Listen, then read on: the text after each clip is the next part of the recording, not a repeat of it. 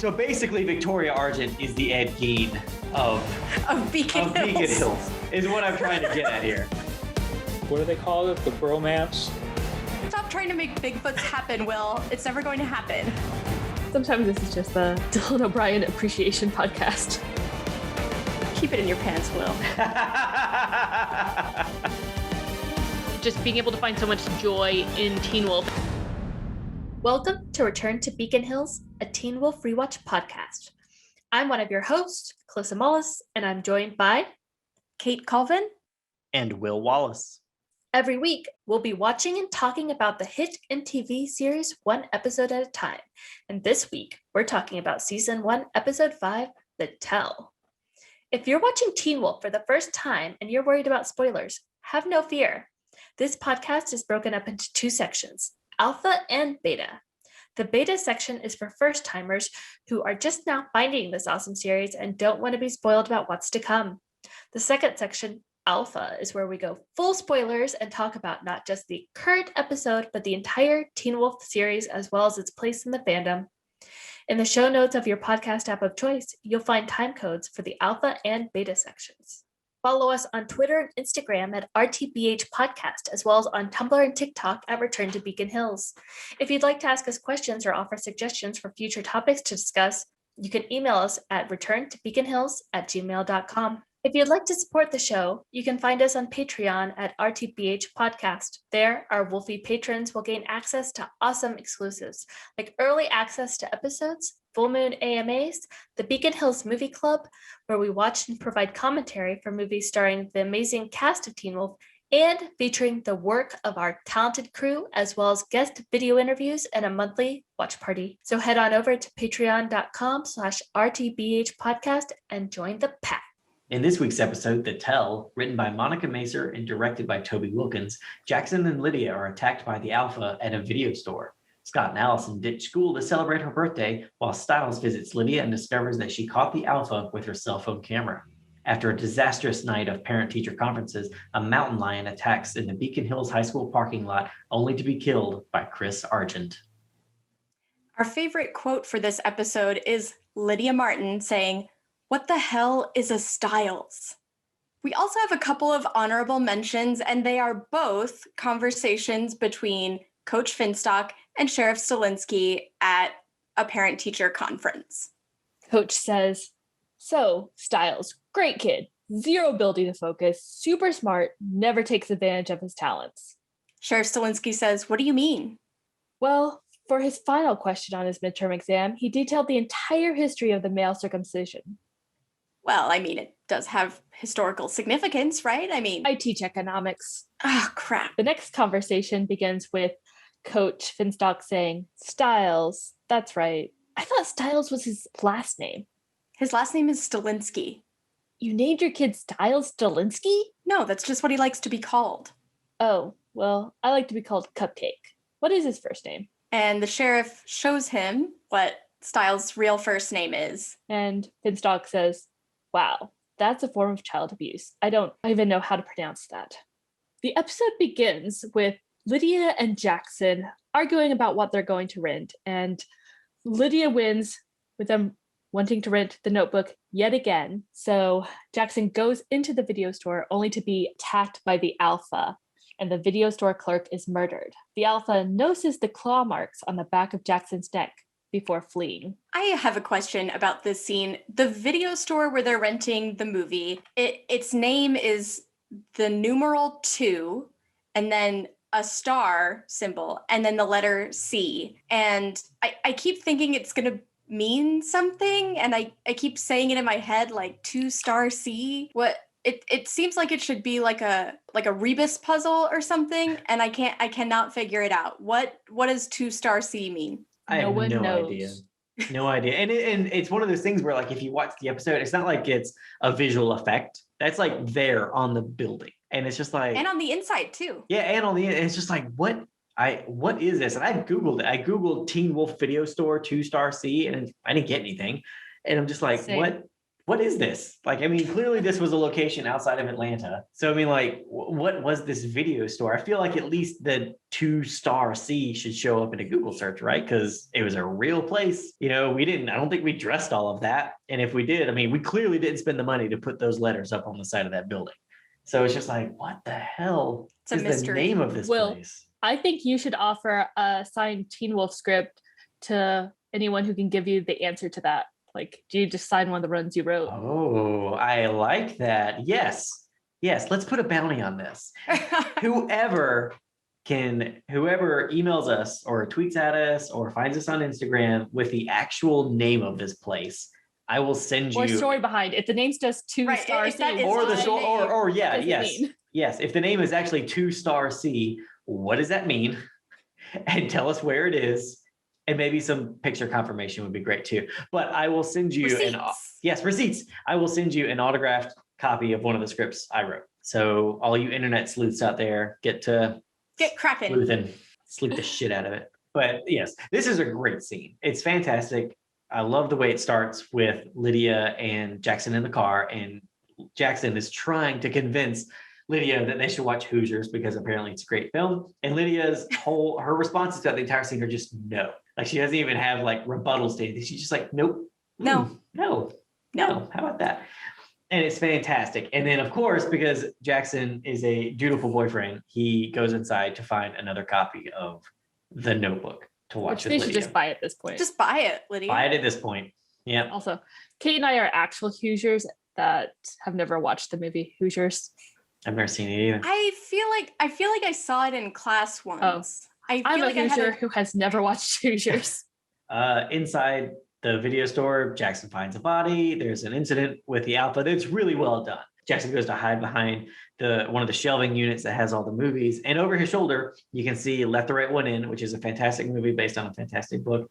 And actually, fun fact, Jeff Davis developed Let the Right One In as a TV show that sadly didn't go to series, but it would have been really awesome. I would have loved to have seen that. It would have been, he had so many great ideas for it. It would have been so good. The script was great. He did a great job with werewolves. I'd love to see him tackle vampires. He had some really cool ideas. It'd be so interesting if he had moved from werewolves to vampires. Then after that, he could have done Bigfoots. And it would have been awesome. Never gonna happen. No one stop trying to make Bigfoots happen, Will. It's never going to happen. Bigfoot's a thing. I'm going to make it a thing. But see, he doesn't even understand that reference. I get the reference. I haven't seen the movie, but I've seen the GIF. So Jackson's trapped under one of the shelves that has fallen, and it seems like the Alpha is going to attack him in some way. He sees the claw marks that have been made by Derek in a previous episode and seemingly backs off because of that. I don't know, maybe it just means that Jackson was already claimed, so to speak, He's like, by a werewolf. This one's taken. Well, do you have any idea why the mark was glowing? Because they don't glow in any other scenes. No, they don't glow in any other scenes. And Kate and I discussed this a little bit the other night when we were watching. I think it seems like the only thing that makes sense to us is that that's like a visual representation of the Alpha's senses, like his, like what he's smelling. And so that's maybe what it is. I love the glowing. It looks fantastic. It looks great. It looks so cool. I'm not sure what's happening with it. Right. In story, but I hadn't really thought of that until you said that, Will, when we were watching it. Like, what if it's just a visual representation of a non-audiovisual sense? Yeah. Maybe not even one of the 5 senses, but like an extra, werewolfy sense, where he's picking up on something that we're not picking up on, which I really love. And I think it would have been really cool to have like a Teen Wolf video game where it's like a choices matter dialogue tree type mystery game where you have to gain the trust of different characters. And you do that by figuring out what their emotional state is and choosing your dialogue accordingly. And the emotional states would be represented visually the way the wound is glowing here. Basically, I want to play like a Life is Strange Beacon Hills edition. So Stiles is enjoying a fast food dinner with his dad in the squad car when the call comes in about the video store. Now, I love this, not just because Dylan O'Brien is so amazing with the curly fries falling out of his mouth as he's speaking. He's just like, who taught that boy how to eat? He doesn't know how to eat food like a human being. He grazes. I just feel like he is, he's always moving. He always wanting to do something. He just has so much energy. I just feel like he shovels it all in so he doesn't have to just keep wasting time eating. He can just move on to do something else. I imagine that all of Stiles' baby pictures are blurry. Yes, that makes sense. There'd be a picture of like the sheriff holding him, but there's just like a baby shaped blur. And then like toddler Stiles would be like, it's a Halloween costume. And he'd be like dressed as baby Batman, but it's just a Batman shaped blur. Oh. And then Mama Stilinski's in the background, barely laughing. I love that Stiles has memorized the code for murder. And well, my guess is that he's memorized all of the codes so that he can distinguish the cool calls from the boring ones. Yeah, totally. And I love in this scene, Stiles is trying to keep the curly fries from his father because he wants his father to eat healthy. And I'm assuming he has high cholesterol or something. And so he makes a joke about it. And I love Dylan O'Brien does this delivery with a lot of the Stiles lines where Stiles says something funny and you can just tell the character is so pleased with himself about what he's just said. And I just think that's another thing that makes Stiles one of the most relatable characters. I would love to know how many takes of this they had to do and how many curly fries Dylan O'Brien had to like spit out during the course of filming. A lot, I bet. Because for continuity, if he starts eating a fry, like he's committed to that now. I remember reading Tyler Hoechlin doing like an interview and he was talking about Road to Perdition and how there's like a scene where he's eating pie, I want to say it is. And, being a young child on set, he's like, pie, this is awesome. I'm going to take a huge bite every time because who gets sick of pie? And then he was very sick of it by the end of it. Like, 19 takes later. It was a very cute story. As the body is wheeled out of the crime scene, Scott and Derek watch from the rooftop, which has been marked by yet another spiral. Yeah, I love that spiral. I love that shot, how it sort of slowly starts growing and the music swells. It looks great. What I want to know is, how was it actually marked? It almost looks like light being projected. So I couldn't figure out what they were saying the alpha actually did. And it definitely seems like Scott and Derek don't see it while they're up there. Yeah, I feel like this is just another like visual image like of when they had the spiral coming out from Laura Hale's body and how they made it glow just to really kind of emphasize that it was there. But that one at least had like, there was an actual spiral that he was pulling out of the ground. So there was something to follow, but there's nothing there. That was more just them drawing attention to a physical spiral that is present. They're just sort of playing up the visuals of it a little bit. But I wasn't clear on what it actually was this time. I mean, it looks great. I'm not mad at it, but I was sitting there like, what am I looking at right now? It's werewolf pee. It probably is. He just like, now I'm just picturing him like in his shifted form, like walking in a spiral. And he's just like waddling like, this is awkward, but I'm already committed. Oh, what have I done? I made a horrible mistake. And then just like right after it cuts, it's Derek kind of stops and Scott's like, what? Derek's like, nothing. And they walk away. Sounds like a lot of piss up here. Oh my God. But this is the... I've actually been to California and it wouldn't be that crazy. No, I wouldn't. It would not. But this scene with Scott and Derek looking down on the crime scene and all that, this is the first of many rooftop scenes on this series. I honestly feel like it's like, hey, we have to do some exposition, put it on roof. And they were not subtle about it at all. They were just not. like hanging out up there. They're like 9 feet off the ground. Like they're not even high. They're just like, I mean, all somebody has to do is like out of the corner of their eye, see some movement and be like, Sheriff Stilinski should be like, what the y'all doing up there? It just leads to more arguing from Scott and Derek, right? Yeah. Scott and Derek are arguing because Derek wants Scott to focus on preparing for the upcoming full moon to make sure, first of all, that he doesn't lose control and hurt someone, to make sure that he doesn't lose control and accidentally out himself to the hunters, and also to figure out what's going on with the alpha before then so that the alpha can't try to hurt Scott or get Scott to hurt someone else. So Derek wants Scott to help him find the alpha and generally focus on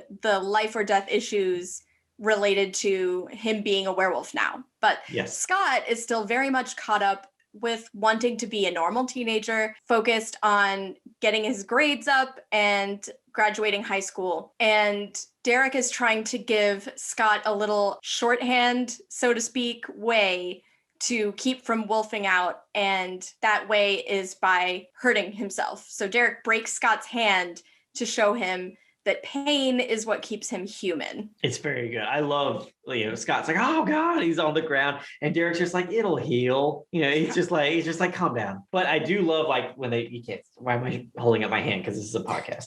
But like, it's just how like they show is like, because it's not even like an effect or anything, but just the way he holds his hand and like straightens his fingers to show like that it's coming back together and all that. I thought it was very effective because it's just sound effects, just little pops and stuff like that. It's very effective. I find Scott very frustrating in the scene yet again because there's so much going on and he's just still worried about chemistry. They just saw a dead body being wheeled out of a video store.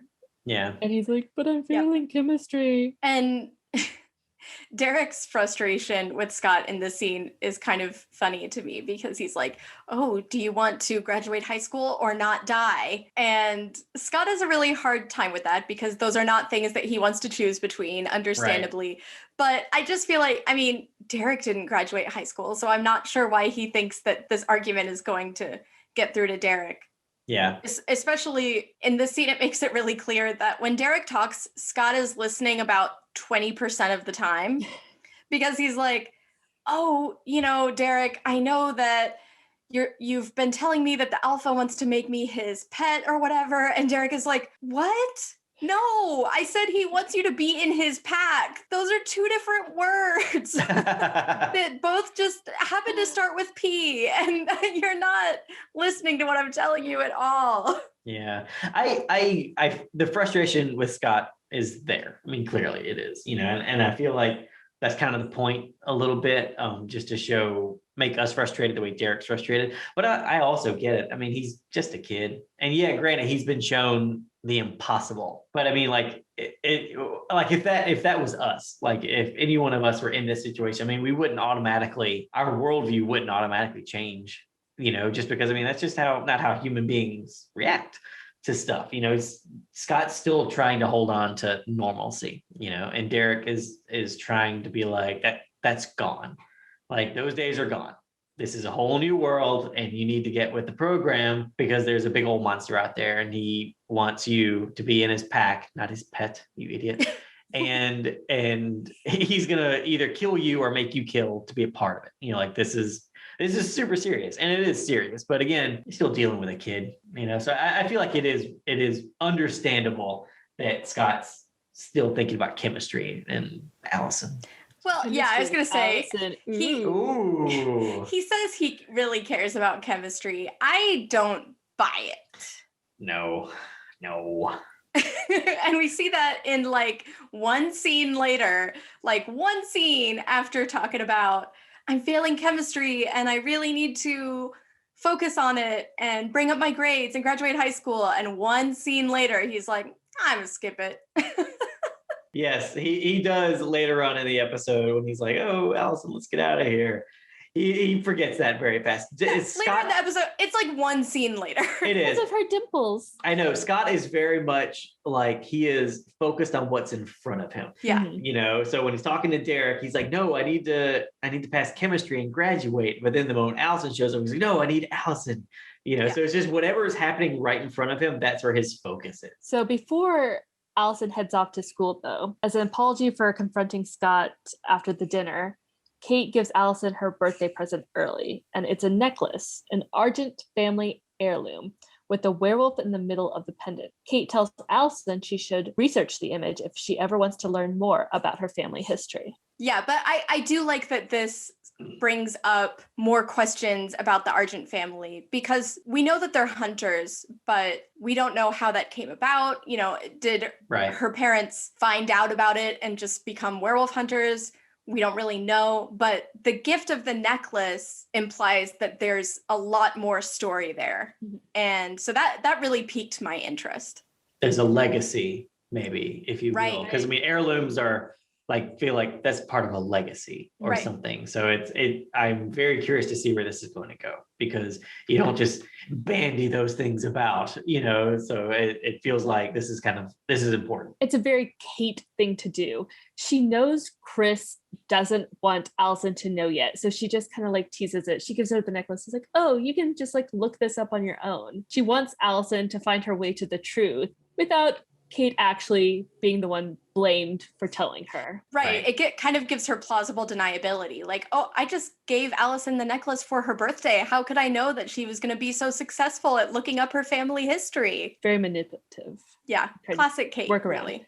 Also just a bit of an annoying sibling thing. I feel like every so often you can just see that between Chris and Kate. And I like that dynamic where she's a monster, but also sometimes she just seems to do stuff just to slightly irritate her brother. Like she's with that kid whenever they were younger being like, Mom, she's touching me. She's like, no, I'm just touching next to you. I'm not quite touching you yet. Yeah, and she's like poking around him with a knife or something. It's like, I'm not touching you. I'm not touching you. Yeah, that was Kate's version of that game. Like he had his hand on the table and she's doing that knife thing between the fingers like an alien. Yeah, exactly.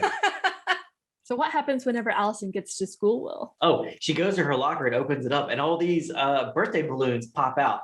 But instead of being like super happy about it, or at least excited, like you might be if you find birthday balloons in your locker, she kind of freaks out a little bit and shoves them all back into her locker. And Scott shows up and he's like, hey, what's going on? It's your birthday? And she's like, yeah, but I didn't want anybody to know. And Scott asks, why didn't you want anyone to know that it's your birthday? And Allison admits that she's 17 now. And Scott puts it together that because she jumped around different schools all the time, because her family's always moving, that, she fell behind because she was never having like full years at these schools. So she fell behind. And then whenever people found out how old she was, they would be like, what, are you stupid or something like that? Or did you get knocked up and you had to take a year off for the kid and all that? And Alice is actually impressed that Scott figured it out and didn't like jump to any kind of conclusion from it, that he just put it together that, hey, I know your family travels a lot and that you're older than maybe you would be normally under normal circumstances in this grade.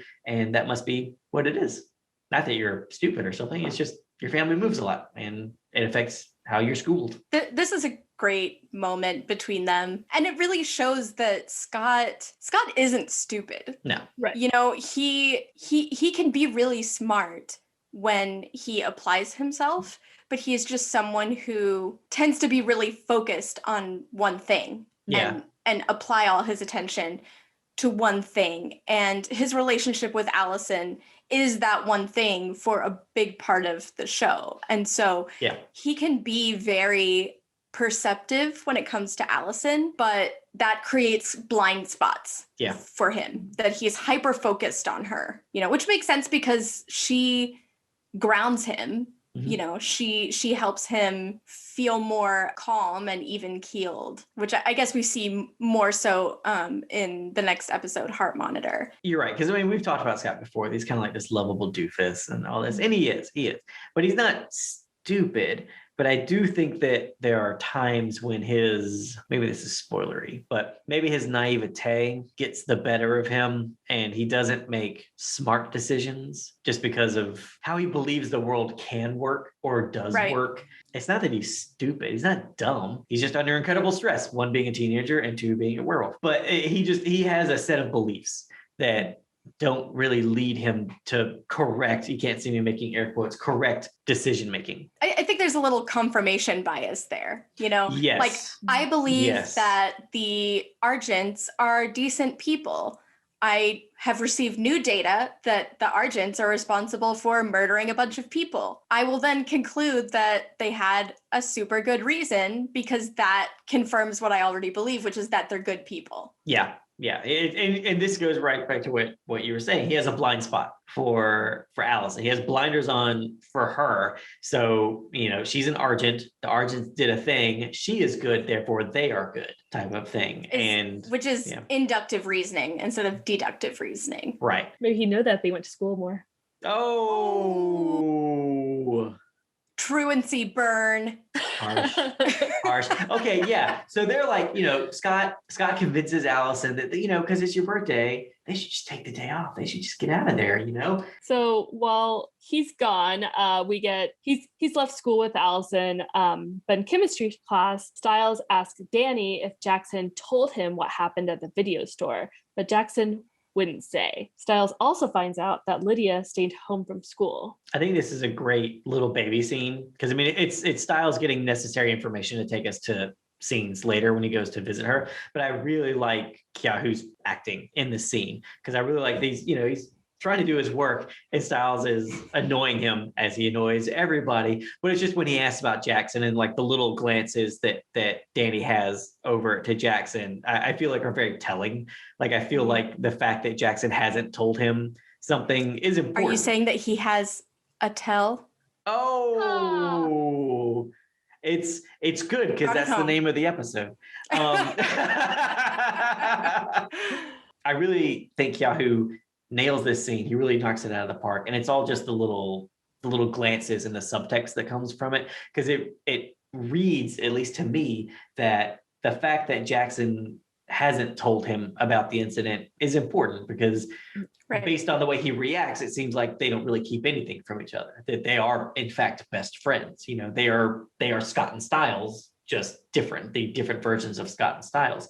And so the fact that Jackson isn't telling him stuff feels important, and the way Keahu plays it feels like that it's upsetting to him a little bit that his best friend is keeping something from him. Like maybe this is like the first time, you know, like he almost doesn't know how to handle that information, and it's really great. Yeah, because he's very like monosyllabic for most of it.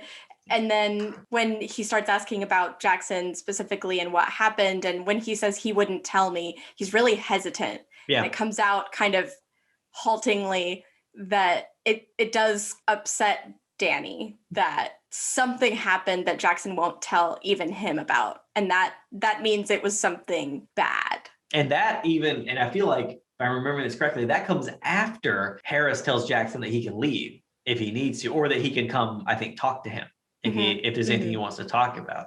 And then Danny saying that he hasn't told me anything. So I think you're getting great character work in that scene. Like you don't even have to have in a lot of dialogue to say like, we're best friends and this is upsetting to me that my best friend won't talk to me. But also you're getting that, I mean, because we saw the incident with the Alpha and just how much PTSD is coming from Jackson. Like this was a very traumatic incident for him, you know, and the fact that he's keeping all that in. I think it's just a really good little baby scene. Also, Stiles falls down, and that's fun. So yeah. I read that was an improv from Dylan O'Brien. That's awesome. Forward. Yeah, it's the return of that important question: does Danny find me attractive? And you know, you wonder why we're so interested in Stiles being bi. I feel like the seeds were sown early on. Oh, yeah. Second episode, you know, and I think it's just a great callback. Yeah. And it has a similar feel, you know, because we see him kind of falling all over himself around Lydia. Mm-hmm.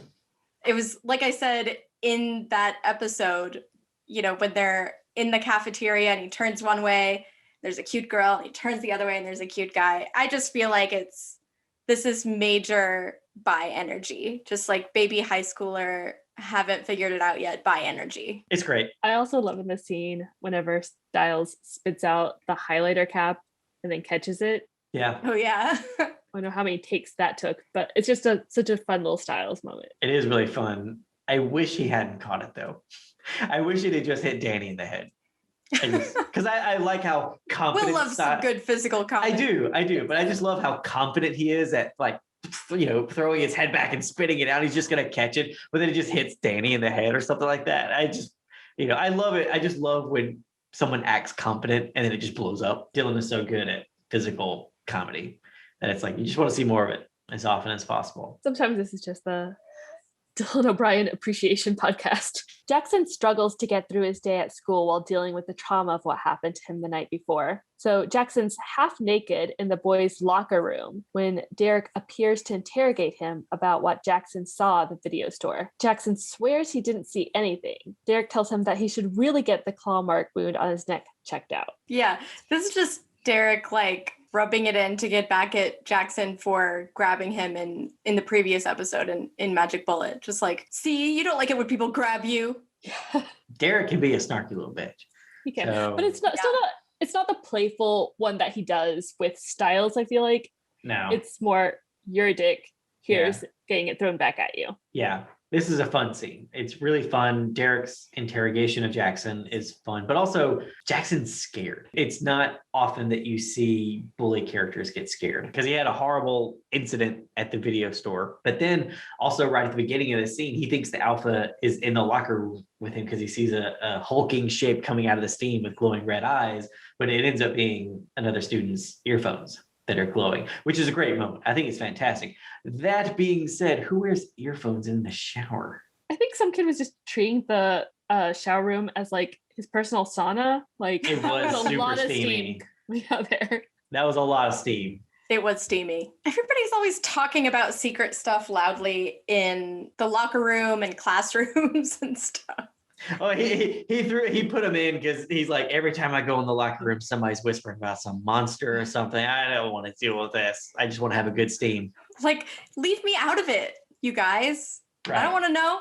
I like seeing other emotions coming from Jackson that aren't just Confidence. douchebaggery. Douchebaggery. You know, I know because I mean that's like I love that's what we got in the pilot, and I like that it feels like every episode we are peeling back a little bit on his character. I think it's just a mark of good writing and having characters who are fully fleshed out and three-dimensional instead of just having that's the bully character. That's the end. We don't need anything else. It's like, nope, that's the bully character. And then we just learn more and more. Stiles calls Scott to try to get him to do something about everything that's happening, but Scott has already headed into the preserve to spend the day with Allison. I see Stiles' point here that, you know, he can't just check out for a full day because he feels like it.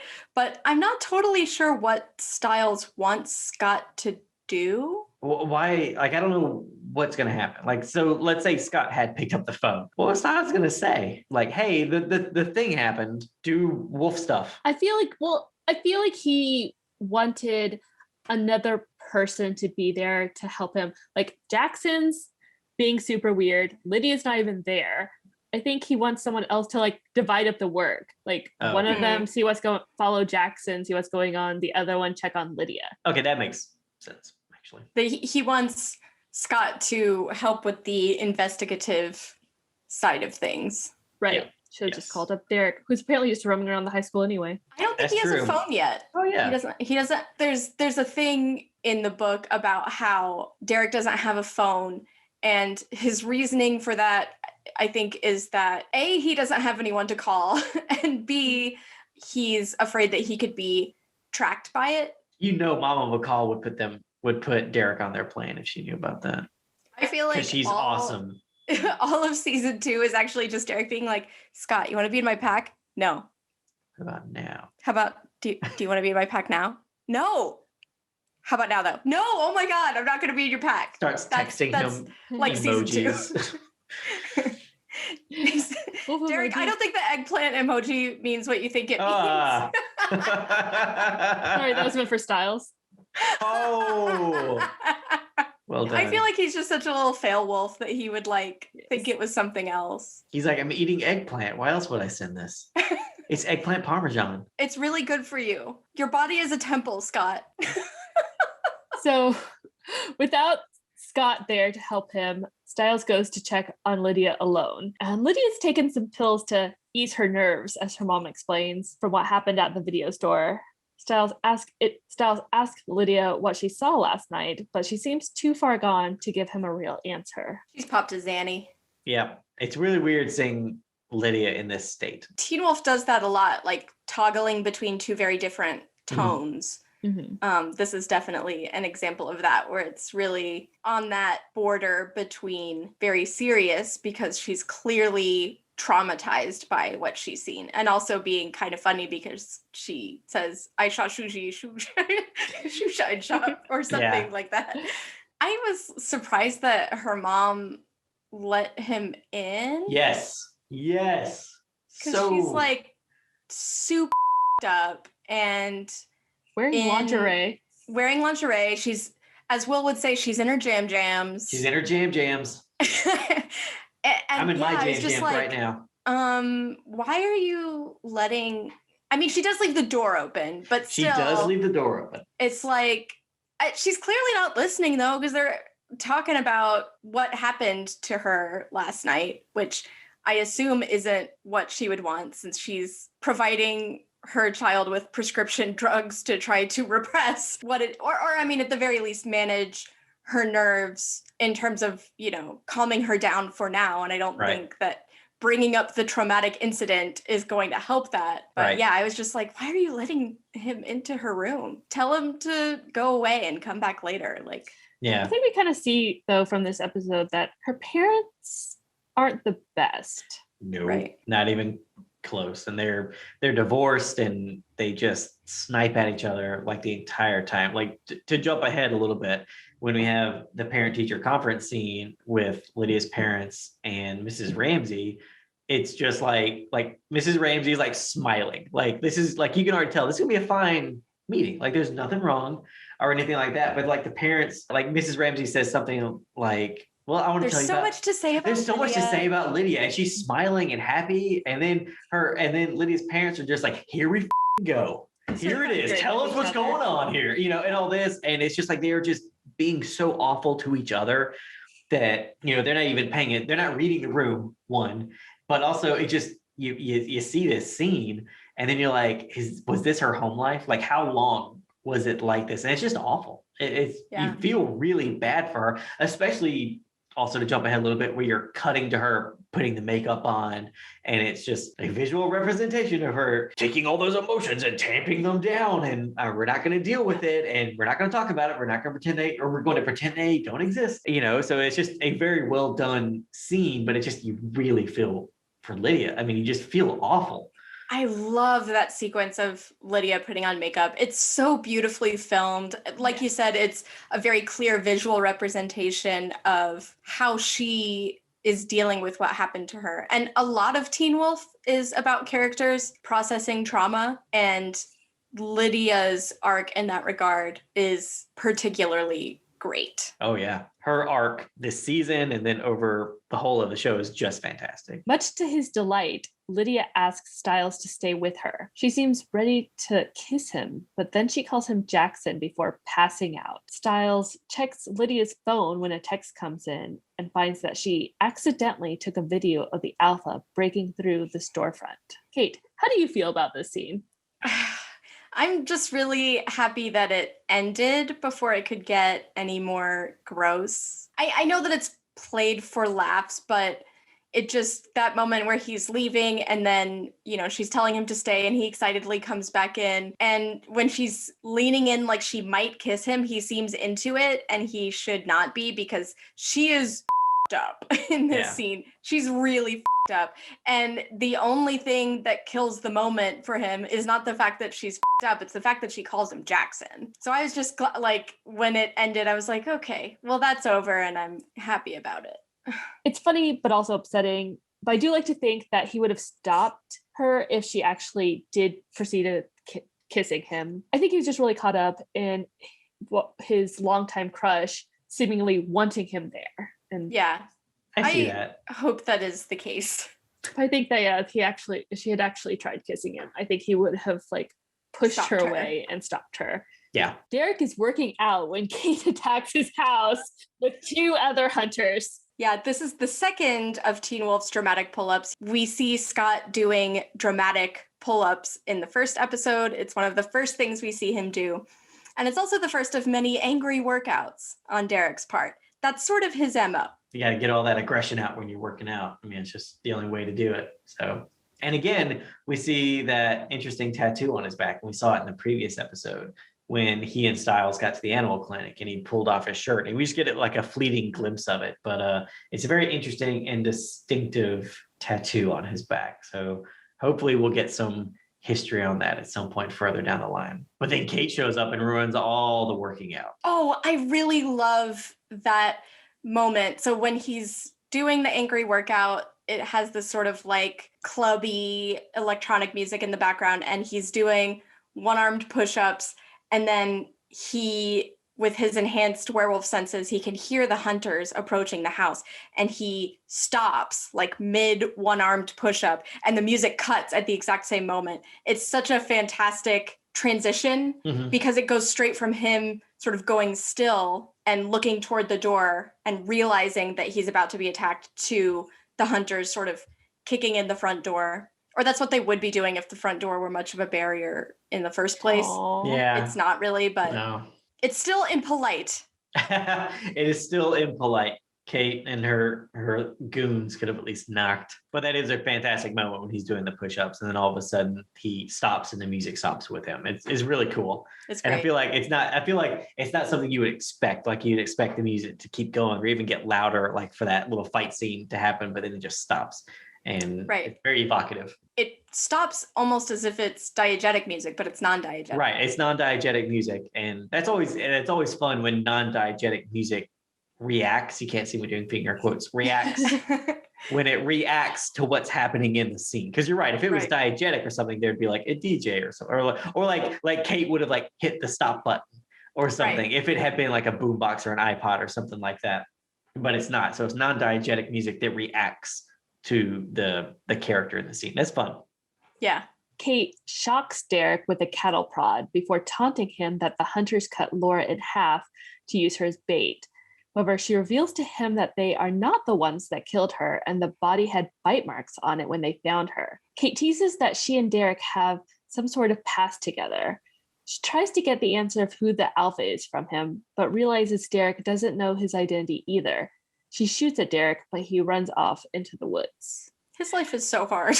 It's very hard. There's a bit, I really like the moment in the scene between Derek and Kate where he's like sort of pulling himself up using a sofa. Mm-hmm. And there's a moment where he's like, should I bother charging her again? Because I think at that point he knows just how much he's not a match for this weapon. And then he's kind of like, it, I'm going to do it anyway. And I feel like that's just him in a nutshell. Yeah. Yes. Because he's like, I would rather just die, like be electrocuted to death, than give her the satisfaction of not getting back up. Mm-hmm. Yeah. In this scene, Kate says, this one grew up in all the right places. And it's possibly the most disturbing moment in the entire first season. Rivaled only by another scene later, also between Derek and Kate. The implication there is just not awful. Good, especially from what we've seen with Kate whenever she met Scott and her behavior towards him and stuff. It just, I need to go take a shower, wipe all the grossness off me. Bleach. With Kate, it seems like every time she says something, we learn something about her. Like even if the line of dialogue isn't like pertinent to like the scene happening, but we always learn something, and it just seems like she's just a monster. It seems, because we've already seen, like, when we first meet her, we think this is going to be, when we meet her in Magic Bullet, and we think, oh, this is just maybe going to be a damsel in distress. This is going to be a victim of the alpha. And I guess the rest of the episode is them trying to figure out how this woman was murdered or something like that. Well, that's not what happens, because she's got guns and she is totally willing to take on the alpha, and she shoots at a beta, not realizing it's Derek, and he gets shot, and she's like, oh, I don't know, it doesn't matter. He's going to be dead in 48 hours. So she already has a callous disregard for supernatural life. We know that. Yeah. Right when we meet her. And then again, later in that episode, the way she interacts with Scott is just not great. It's not the way adults are supposed to interact with children. Adults are not supposed to interact with children this way. And then we get this scene where she says, oh, this one grew up in all the right places, which just heavily implies she knew him when he was a little kid, when he was much younger, at least, and had not yet grown up. And then now she's saying this, and it's just not the things you say about. And it's also, he's half naked in this scene. Yes. And he's half naked in the scene. And it's just, there's a lot of writhing on the floor. Writhing on the floor. There's just a lot of implications coming from these lines of dialogue that seem, I guess, on their face innocuous and sleazy, but then just like, no, just think about it for a second. They get worse the more you think about them. Yeah, if you think about it, it's like, this is just awful. And it's the sequence too, because she says this one grew up in all the right places, and you're like, well, that's just about the worst thing I've ever heard. And then she takes a breath and says, I don't know whether to kill it or lick it. And you're like, oh, or that's the worst thing I've ever heard. It's one of those two things. She has like a bet with herself. Like, can I just outdo myself in sleaze? Yeah. And it's like, I'll take on that bet with myself. And it's like every line of dialogue is just, here we go. We're going to keep going.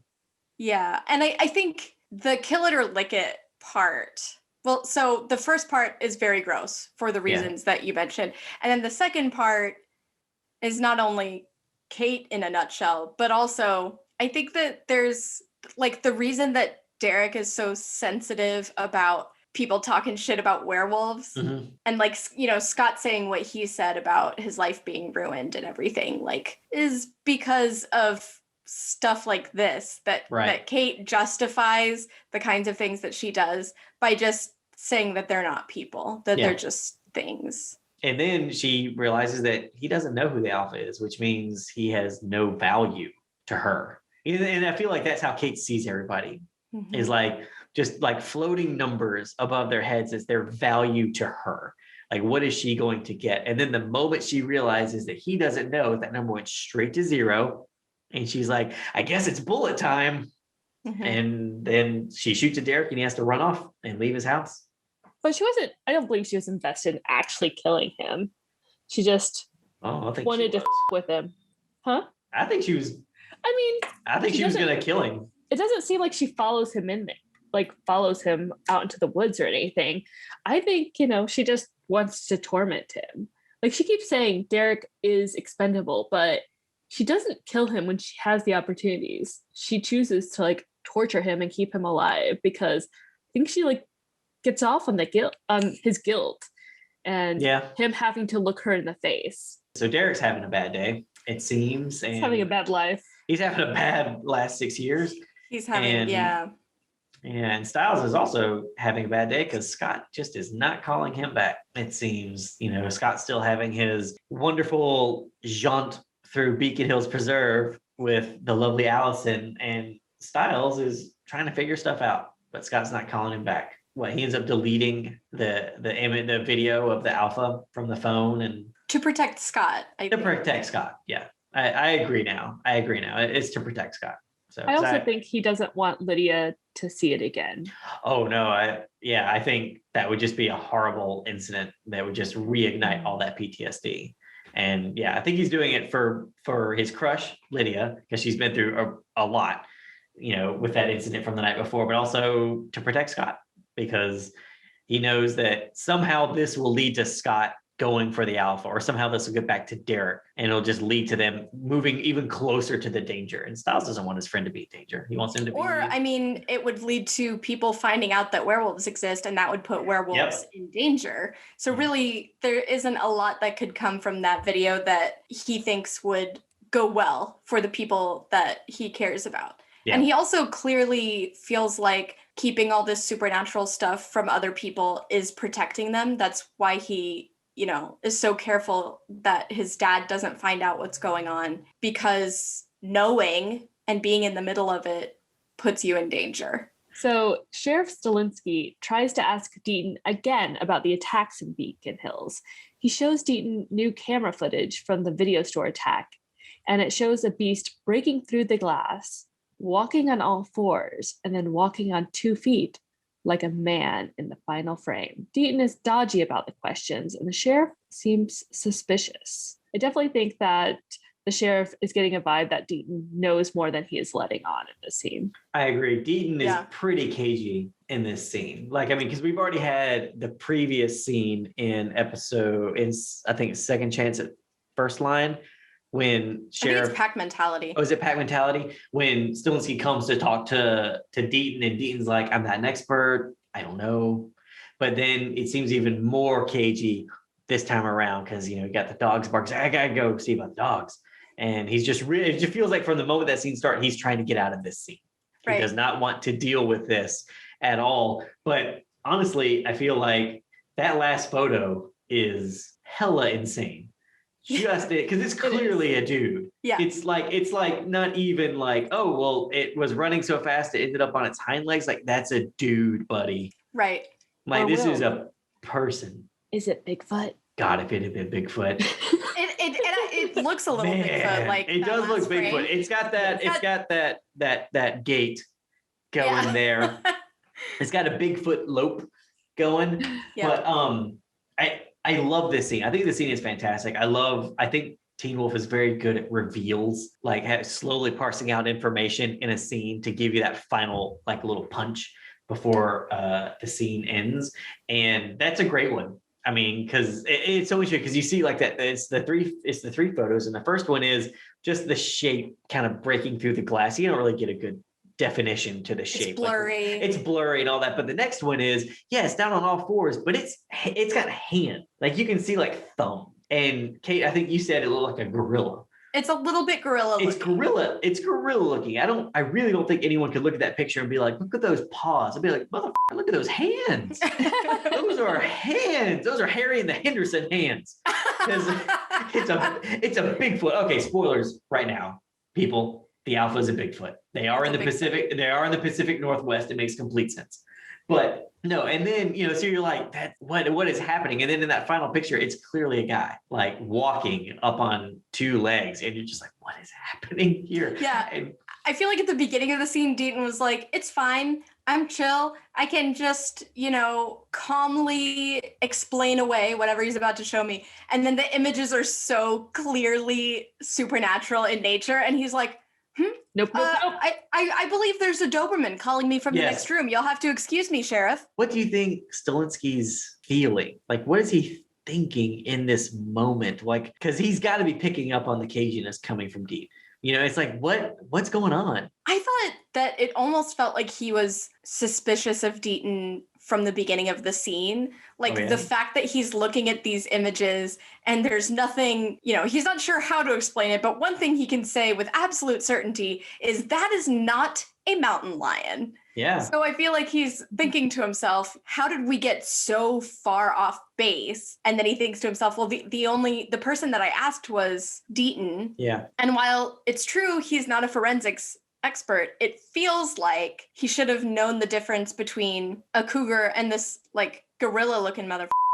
Yeah. So he kind of I feel like he a little bit walks into the situation like, I'm not sure whether you're just even less of an expert than you made yourself out to be, or you know something that you're not telling me. And as the conversation goes on, it's looking more and more like the latter. That's how it felt to me. I see that. I think he's putting a lot of pressure, though, on his local vet. Yeah, Deaton is being very suspicious. And, I mean, is he now a suspect? I mean, he's a suspect maybe in the sense with Stilinski, where Stilinski's like, something's going on with this guy. And I don't know really what to make of it at the moment, but I mean, what do we think? I don't feel like there's any way he could be the Alpha because we've already seen the strong reaction that the cats, right, that had to Scott. Yeah. We've already seen the strong reactions that the cats had to Scott whenever he was turned.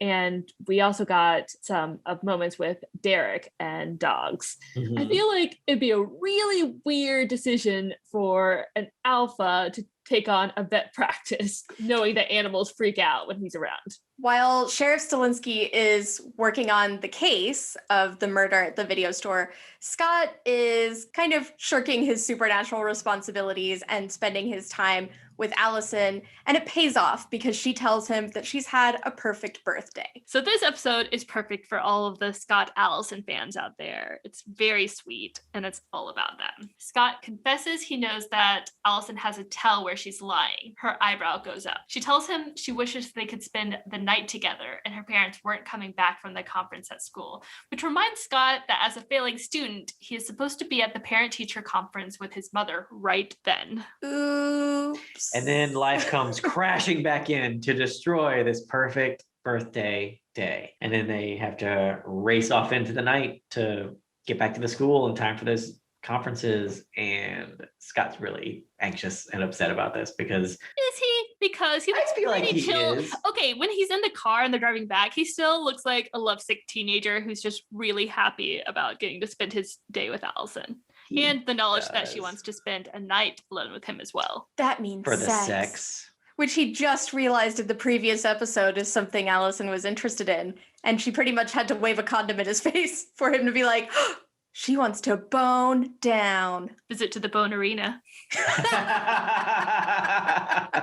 Exactly. You're right. Scott does still look a little in love puppy in this scene, but it's great because it gives us this wonderful moment, where they're driving back, and then in the passing headlights, you get these great flashes in his eyes that just look spectacular. I love that scene. I think it's such an amazing detail to put in there. And it looks a little bit different from how his eyes normally look. It's kind of a different effect. It looks more like tapetum lucida, the reflective layer on the irises of some animals. Cats have it. Mm-hmm.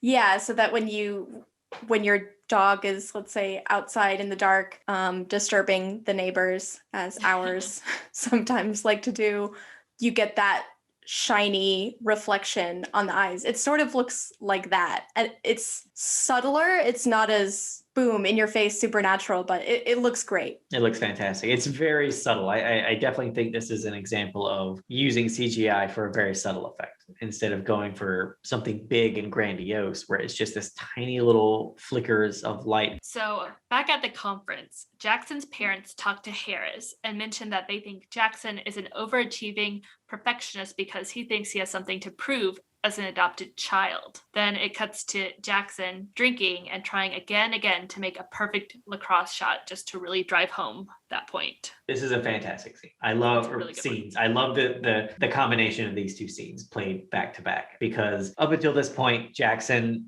has, I don't want to say one note or one dimensional, but he's, we meet Jackson in the pilot and he's the bully character. He's the handsome jock bully character who's dating the most beautiful girl in school and the world is his oyster, but then with each passing episode, it really feels like we're just peeling back layers on him and we are realizing as an audience that he's just a flawed human being, and then we get in this scene that he's adopted, talking about having something to prove. And I think the reason we get this is because when we see characters, teenagers in particular, on TV and in movies who are overachieving perfectionists, we kind of assume that it's usually, at least in part, because there's pressure from their parents. Yeah. Right? So this kind of takes that and goes in a different direction and says, well, in this case, his parents don't really put pressure on him, but he puts pressure on himself. And it seems to stem from him going through this identity crisis, right? Of like, I don't know the identity of my biological parents, my biological family, but I still feel like I need to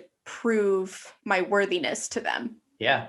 This scene, I realized that Jackson's vanity plate is Jackson 37 being his lacrosse number. I hadn't noticed that in any other scenes. Oh, wow. I had not noticed that. Good catch. I'd never seen that before. So. He definitely seems like the sort of person who would have a vanity plate. Yeah. Wonder if Russell McKay had to just drive around with that on his car.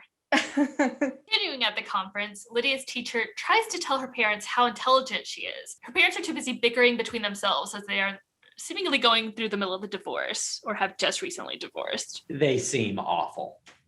Just 100% awful parents. I do have to say, though, that I love Sharon Conley as Ms. Ramsey. She is only in, I think, 2 scenes in this episode, and she packs so much sass into those 2 scenes. Yeah. I needed more of her. Yeah. You can really tell that she's just so sick of dealing with like these parents who either just don't listen to her or think they know it all and they don't need her. So she's just, let me just check you about what's really going on with your child. Yeah, no, she definitely in 2 scenes comes across as very competent and very confident in her students. Like she gets them. It is interesting because you get in like 2 scenes like an entire impression of a character. You do. And you're just like, more, please. I would like more of this wonderful thing. She wasn't even just talking about Lydia's performance this semester. She was saying, I'd like to have her IQ tested. I mean, she's looking at the horizon of Lydia's future, and her parents are just like, oh, you made her choose who she wanted to live with, and that's terrible. And they're just not even listening to what she's saying. They're just playing the blame game. This is another, I feel like this is another great scene peeling back layers on a character, because like in many shows and in stories, you've got the asshole jock and the vapid pretty girl. And then in 2 scenes, basically back to back, you're getting like, oh, nope, they are not those things. Like we are presenting you what the archetypes of these characters and then revealing that there's a lot more going on. And honestly, like one of the things that I really like in this scene too with her parents is when the teacher, Ms. Ramsey, says she also has outstanding leadership qualities. Yeah. Because I think with girls in particular, we tend to translate popularity to shallowness or even bitchiness, I think. And that isn't to say that Lydia doesn't dabble in those departments, but we tend not to see social leadership as a real form of leadership, particularly when it comes to girls. Even though those same qualities of being like cutthroat and ambitious, we see as benefits to boys because those boys grow up to be CEOs. Yeah. But with girls, being cutthroat and ambitious is terrible. And I think Lydia understands that. And that's why we see her trying to conceal some of these qualities and just let them out in very strategic situations. Right. But I love that she says that. So our next scene has Sheriff Stolinsky meeting with Coach Finstock, who tells him that while Stiles is incredibly smart, he has zero focus and doesn't take advantage of his talents. The male circumcision thing still slays me, no matter how many times I watch that scene. It will never not be funny, honestly. Sheriff's reaction is just so perfect. It like the comedic timing in that conversation is so on point. Like how he's like, well, okay, but there's historical significance to the male circumcision. And then Coach is like, dude, I teach economics. And he's like, oh good God. It's so good. It's a wonderful scene, and the timing on it's fantastic because the male circumcision just bit by itself. I was like, that's funny. And I know Stiles, but then it's just what I teach. That's the punchline. And it's just wonderfully done. I love that Coach is using a lacrosse pin in this scene. It's just so very Coach. I didn't notice that. I didn't notice that either. Yeah. His dedication to lacrosse is just complete. He deserves an award. He is committed to sparkle motion, that guy. This is also the scene where we first learn that Stiles has a first name that he is never called. That's true. We do see a little bit of it too on a file folder. We do. Yeah, this becomes a great Teen Wolf mystery. Yes. And it's not the name that is later used for Stiles on the show. So I have to wonder, maybe this was his middle name? Because do we ever get his middle name? I don't believe so. I think we finally get season his 6. first name. Yeah. And we of course have we know his last name. But yeah, maybe it's just his middle name is also very Polish and written. I was just gonna say, I feel like it's gotta be his middle name has to be super Polish too, right? Yeah. I would think so. Some sort of cultural continuity. And what is his first name, listeners? You're probably wondering. You'll have to wait 5 more seasons to find out. So long. You do, I believe. Trust me, it's worth it. You do, I believe, get a hint as to the first letter in season 5.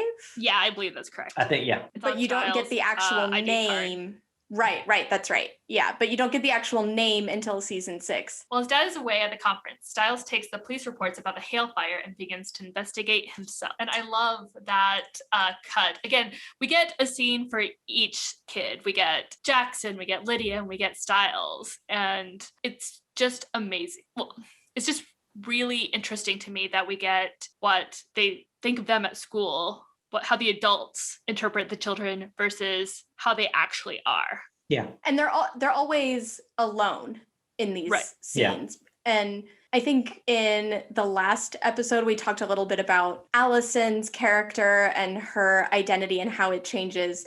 And I said that I think with teenagers, so often you're kind of defining yourself against others, like not necessarily in opposition to, but like relative to. Right. You're defining yourself relative to your peers. So I feel like it's so interesting that we see the parent-teacher conferences intercut with scenes of these 3 characters when they're alone. So they don't have in these scenes anyone else to contrast themselves against, right? It's just who are they when they're by themselves? Yeah. There's no one looking at them, no one judging them. So Will mentioned while we were watching this that he felt like Stiles investigating the hailfire should have been our A story, and I completely agree. While I love Scott and Allison, I didn't feel like we actually got much out of their story. They had the perfect day together, but that doesn't drive the story forward. There's no Right. conflict there. They were just enjoying themselves, which was very sweet. And I love fanfic like that. But in terms of a story, we need more happening. I want to know how Stiles started investigating. Like you said, he had mentioned the Hellfire before, but did he try talking to Derek at all? Did he have to break into his dad's office to get this stuff? I want to know more. And also, did Scott ever tell Stiles about what he learned at Beacon Memorial? Because if you remember when Derek tells Scott about the Argents having a hand in the hailfire, Stiles isn't there. Right. It's Derek, Scott, and then Derek's uncle Peter, who's in a catatonic state. Right. So Stiles isn't present for that. And we don't know whether Scott goes back and tells Stiles anything about that. Yeah. Because Scott's reaction was, well, how do you know it was them? And if you are sure it was them, they must have had some reason. And I don't necessarily think that Stiles would have had the same perspective. I mean, he might have asked the same question of how do you know it was them? But I don't think he would have said they must have had some reason, because that's really coming from how Scott thinks. Right. Scott generally is optimistic about people in a way that I don't necessarily think that Stiles is. Yeah. And Stiles, probably from just being around his dad, who is an investigator, does come at things from a more investigative standpoint, where you're coming to conclusions based on evidence, not based on how pretty a suspect's youngest daughter is. Yeah, right. No, you're absolutely right. Stiles is not coming from being in love. Right, You know, right. so it's like Scott doesn't want Argents to be bad people, because then Allison is / from a bad place. You know, so Stiles, so that's where Scott's coming from. Stiles doesn't have any of that emotional baggage. He doesn't have a horse in this race type of thing. He's just like, what is the evidence? And Callissa's right. And this should have been the A story of the episode. Scott and Allison having a great day. Love it. Fantastic. It could have only been made better if they took a baking class. A lot of great character moments in it. It's super cute. I really like all of it. It should have been 3 scenes max. You know, it should have been the C story or B story if we want to be super generous. And the A story should have been all about Stiles, because in this episode, you have Stiles going to check up on Lydia. Totally great. Love that. Finds the video of the alpha on her phone. Mhm. Love it even more. Deletes the video. I'm still a little quasi not into that, but it ends with him with evidence from the hailfire. Like, he is digging. And I'm like, this should have been like 4 more scenes. Like, I feel like we need connective tissue from going from checking on Lydia to ending with him on his bed looking at all the evidence. Like, that should have been the A story. He should have, I feel like, found out the information about the hailfire from Scott. Like, we definitely, because I feel like he has that information, because otherwise there's no reason for him to look into the fire at the end of this episode. So he must have gotten it from Scott. I wish we had seen that, because then you could have had Scott, or then you could have had Stiles be like, so Derek believes that the Argents killed his family, and Scott's like, yeah. And he's like, but why would he believe that? And he's like, well, they might have had a reason to do it. And he's like what? Or what, like question all the things that Scott had said, where he's just looking at it from a fresh perspective. And he's like, no, or not. I mean, we don't know. And then start digging himself. And I would have loved for Stiles to go to the Hale house and try and talk to Derek, and Derek's just not having it at all. He's just like, I really don't want to talk to you at all. I'm going to punch your face off. He's like, it's fine, but I need you to answer my questions. And, I would love the shit that would have been out of that. so good. And finally he Derek doesn't open up to him for anything, but he gets this piece of information, some little baby thing that seems innocuous. And that leads him to then breaking into his dad's office and getting the files from that fire, and then starting to put pieces together. That would have been so good. It's a very good episode, but I feel like it had potential to be even more amazing by focusing on Stiles. Yeah. And letting him have his first episode and really show off Dylan O'Brien's skills there, but letting him have his own episode of investigation while Alice and Scott got to have their perfect day. Yeah. Hard agree. Yeah, I agree. It's still a good episode because of what they're doing character-wise. I think what we've been thinking of is, was there a way to do as much character work as they were doing in this episode, but also move the story further forward than it actually gets in this episode? Okay, so with Scott gone, Melissa has to go into the parent-teacher conference alone. Harris tells her that Scott is failing, and perhaps he needs a male authority figure in his life, because Harris is a dick. I wanted Melissa to stab him in the throat in this episode. Or in this scene in particular. What the f***? You can't say that to someone. What is wrong with you? But he's a man. And he believes that there need to be more men. But I do really like that he says, you know, maybe he needs an authority figure. And she's like, yeah, me. I'm the authority figure. I meant with a penis. A dude authority figure? Oh, go f*** yourself. Melissa says that they are better off without Scott's father in their lives, which is our first hint that he's not such a good guy. Yeah. Scott and Allison hurry to get to the school, but they are too late, and both Melissa and the Argents realize that they skipped the school day together. Chris and Victoria go up to Melissa and basically accuse Scott of being a problem child and saying, you know, that she kidnapped my daughter. Yeah, like, why is everyone so mean to Melissa? She's perfect and everyone's mean to her. It's so unfair. It's because there's not a strong male authority figure in Scott's life. I agree with Kate 100%. He's trying to get his throat cut over here. I am. Melissa McCall is perfect in all things. So you're right. Everyone's being mean to Melissa in this episode. I don't get it. They're so mean to her. And I don't know why. She's perfect. She is perfect. Calm down, Chris. Yeah, calm down, Chris. Oh, I'm so excited for you that you had time out between hate crimes to come over here and accuse a single mom of not single momming well enough for you, you piece of shit. Yeah, it's awful. I mean, Victoria's mean all the time. We know that. We've seen a couple of scenes with her. She's not nice. We kind of expect, I think, a little bit more from Chris. But speaking of Victoria being mean, she's wearing a fur coat in this scene. She Do you think that's like werewolf fur? Because I 100% believe it's a werewolf carcass that she's wearing. Calissa and I have actually had discussions, may or may not have been in the composition of fanfic, about what hunter culture is like, and we definitely came to the conclusion that they probably make things out of werewolf pelts. I mean, that makes complete sense. Hunters have been doing that to animal skins since always, but it's just they're Ed Geening werewolves is what they are. Yeah, with werewolf fur on them. Ed Gein children is the guy who inspired Psycho. And basically Buffalo Bill and basically every serial killer ever came from Ed Gein, who lived in Wisconsin in the 50s and murdered people, specifically women, and made people suits and lampshades out of faces. So basically, Victoria Argent is the Ed Gein of Beacon Hills. Of Beacon Hills is what I'm trying to get at here. They go to confront their children, but chaos breaks out in the school parking lot. Scott has to save Allison from being nearly hit by a car. The sheriff is not as lucky as someone backs into him. The sheriff tries to pull out his gun, but Chris Argent beats him to it, shooting and killing a mountain lion that has found its way into the Beacon Hills High School parking lot. And then it ends with a very sad-looking, dying CGI mountain lion. But it does seem that the threat's been taken care of, right?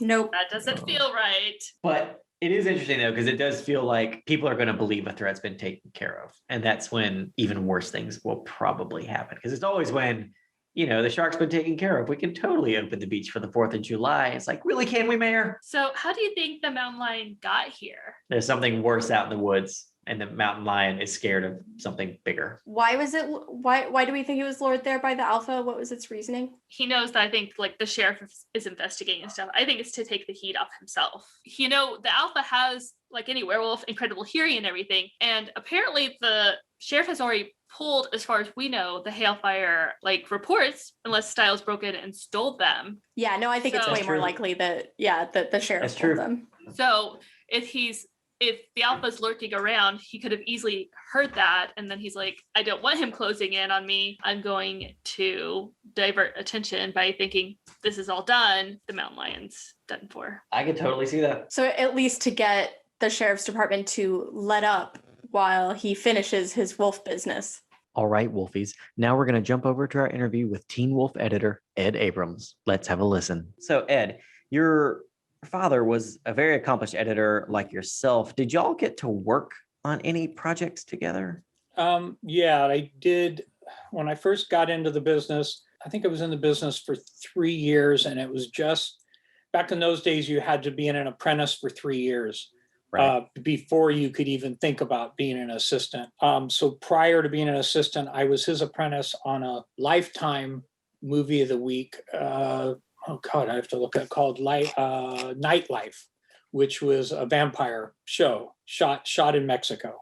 Nice. And edited on the Universal Studios lot, and so I started out, I worked for about 3 months with him on that, and then got on to a series as an assistant after that. That's awesome. So what was just having your dad being an editor is what kind of gave you the bug to want to do the same thing? I started out, I initially wanted to get into the business in high school, but then we had a writer's strike, I think in 78, I think it was, and the whole town shut down. And in those days, what's called the roster had to be pretty much, everybody had to be working before a studio could hire someone or hire an apprentice. So there's no way anybody could hire me. So my dad said, you're going to go to college. So, and I was doing still photography in high school at that time. So I decided to go to photography school in Santa Barbara, a place called Brooks Institute. And so I went to Brooks, and it was an accelerated program for 2.5 years. Came out with an advertising illustration degree, went to Dallas out of high school, college for about a year. And then I was working a day here and a day there. It wasn't working out. And I was assisting other photographers at that time. And so my dad said, it's time for you to come back to LA. And he just happened to be finishing, I think he was editing a job up in Toronto. So he stopped in Dallas and helped me load up the truck, and we moved back. It was also because he wanted me, he was nominated for an Oscar for Blue Thunder. And so I went back because he wanted me to go to the Oscars. So that's amazing. I know. So it just happened to work out that, I came back, and then like a week or two later went to the Oscars. He didn't win. The Right Stuff won, which you probably have all seen, probably more than Blue Thunder. But hey, Roy Scheider flying a helicopter around Los Angeles, fighting crime. How does that win out against, I don't know, Scott Glenn and a whole bunch of astronauts? Yeah, that was a lot of fun. I even went down to the scene where they're flying around the factory in downtown LA. So I think it was the Firestone plant that had not been torn down yet. Right. And so I spent several nights down there in that. And then I watched them on the back lot of Warner Brothers blow up the Twin Towers, the Arco Towers, the Arco Tower. Yeah. And so then shortly after that, he gave me a name to call at, Universal Studios, and call every week. And finally, I got a call on a Friday saying, we want you to start in the film library Monday morning. That's awesome. So that's how it started. That's fantastic. Fantastic. Very cool. How do editors collaborate with music supervisors and composers to find the right sound for a scene? Well, on this show, it was mostly, Jeff Davis at first. We would put together, a rough cut, and, Jeff would say kind of where he was going. He was a big, Hans Zimmer fan, and Jerry Goldsmith. And so, I think the first season was a lot of Dark Knight that we temped with, and then put that in, and some Aliens I think we put in. So we used that as temp, and then, and then with Dino's direction, also he would direct us to certain scores that he thought might work. And then, and then of course for the songs, it was Laura, of course. And, Laura's great. She would, read the script, send me stuff she thought of. But then if I thought of a scene that I thought should have a song, I'd send her a cut of it. And then she would send over, here's 3 possibilities. And because sometimes not every song works with being able to be edited. And, and once you put it up against picture, it sometimes doesn't work. So she was great about sometimes giving me 3 or more choices. Yeah, and so it was just tempting a lot of, that's the thing is when we turn over an editor's cut, it's fully tracked, and then Dino gets involved once we're locked. That's cool. Got it. Yeah.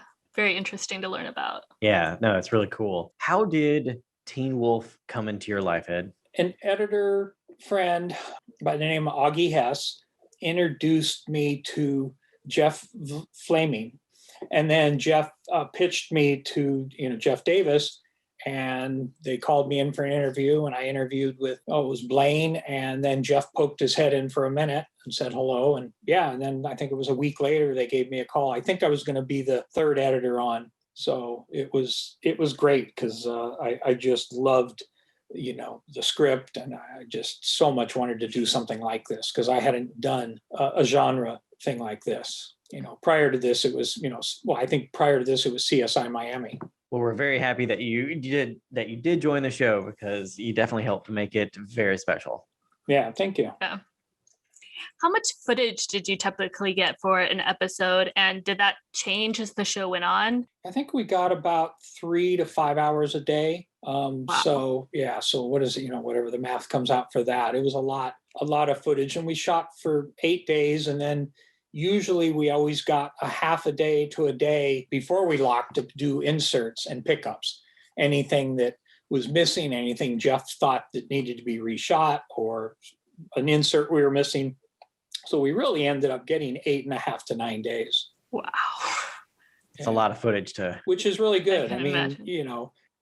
It was low budget, but it never felt low budget to me because we always had 2 or 3 cameras going all the time. Yeah. It just, I don't think I ever felt like I was lacking footage. Yeah. I mean, this show, I did not mind, sometimes it was 14, 16 hours a day. And, sometimes I'd even go in on the weekends and work on it because I just loved it so much. And I had a son who was 16 at the time. So he was right at the boys, the kids' age. So I had him in the background, saying, "Dad, I can hardly wait to see it."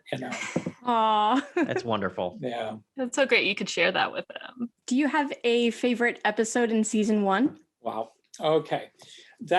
God, I mean, of course, your first is always your favorite. I mean, I'm trying to think. I wrote down what that would have been 104, which you Magic guys, Bullet. Magic Bullet. Yeah, Magic Bullet was my first, and that was a blast to work on. I mean, Derek and the Alpha jumping around on the roof, and a lot of romance, between Scott and Allison.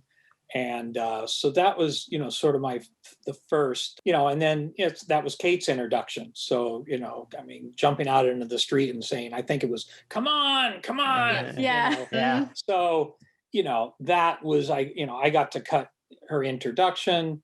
So, that was great. They were all night school, 107. I had fond memories of cutting that. I mean, to be inside the school all night long, with the Alpha running around outside, well, and inside also, and then, I don't have a favorite. I mean, Formality was great. And then, and then Co-Captain was just, Stiles getting drunk, getting his dad drunk, Yeah. So and it's going to be, so I don't really have a favorite other than probably 104 because it was my first show. 104 was definitely the episode. Like the first 3 episodes are amazing, but that was when I was like, I have to keep watching this show. This is amazing television. Yeah, it was, and then Alyssa did a great job on those. 104 has just, I feel like, a quintessential Teen Wolf teaser where it starts one way and it ends up 180 degrees in the opposite direction of what you think is going to happen. Mm-hmm. And it's just so much fun. And Kate's like the quintessential Teen Wolf villain. Well, and then her, so bringing her in and in such a strong way in that very first episode. And it's just so good. That was that was this episode that had the dinner scene with Argents sitting around and and then the condom at the front door, and it's just God, there was so many good things about that episode. It's a great one. Really? And Night School is my favorite episode of season 1. Yeah, I just adore that episode. It's so good. It's so much fun to watch. Yeah, no, we had great directors on this one, and I got to work with all of them. I mean, Russell the most, you know, and then Tim, I think, would have been second, and then I got to, I think I got to do the cameos for a lot of our script supervisor, Katie. Mm-hmm. You know, I got to do her cameo. Lyndon, I got to do his, and then I got to do 3 episodes with Jennifer Lynch. I was just about to ask if you did her episodes. Yeah, I that's did. Great. I think she did 4. So I got to do 3 of her 4. And then I did one for JD Taylor, our AD. Yep. Did his directorial debut. So yeah, so I got to work with them all. That's fantastic. You get to Really touch incredible. all of the awesome Yeah. on the show. Yeah. Did you ever spend time on set? What was your process like to prepare for editing an episode? So seasons 1 and 2, they were in Atlanta, right, Will? Mm-hmm. They were in Atlanta. We were in Santa Monica season 1, Burbank season 2. So finally season 3, they got the, what was it, the state rebate, was it? Yeah. Will? Mm-hmm. The state rebate came back to, and they set up stages in Northridge, I think in a speaker factory. Yep. Speaker factory, right next to a train tracks and near an airport. Yep. Perfect location. Yeah.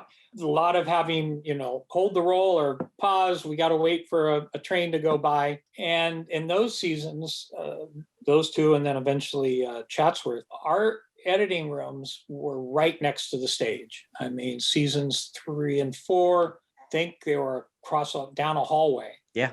And then 5 and 6, my room was literally on the other. In fact, I had to say, stage would sometimes come to me and say, you're going to have to stop editing. You're going to have to wear headphones because we can hear your editing. Oh. There's a kind of a joke between the editors. Everybody thought I played my music and sound effects louder than they did. So I'd have to turn it down, because I like mixing my stuff like I was in a mix stage. Right. So, but yeah, so my process, God, it was so great I've done so many shows now since then where, Charmed was up in Vancouver, and I have not been able to go to the set since. Mm-hmm. And it was so great to be able to walk to the set and, sit back in, Video Village, or, even with the directors, behind the monitors, and, hear their thoughts on what they're trying to get. And they sometimes would, tell me, I would like the scene to be cut this way. Most of the time they let the editors do what they thought the scene should be first, which I appreciated, because a lot of times directors, I find, are surprised by what they see. It might not be what they wanted, but then they're like, oh, I didn't see it cut that way, but it might be better than my idea. So, yeah. And then in preparing, Jeff Davis insisted on doing these tone meetings where I think the directors, the ADs, the writers, we'd all go into the conference room, and he would sit down and literally read the script and stop on every line. And if he would even inflect the reading he would like from the line. I mean, if there's supposed to be a pause, a lot of times he'll put ...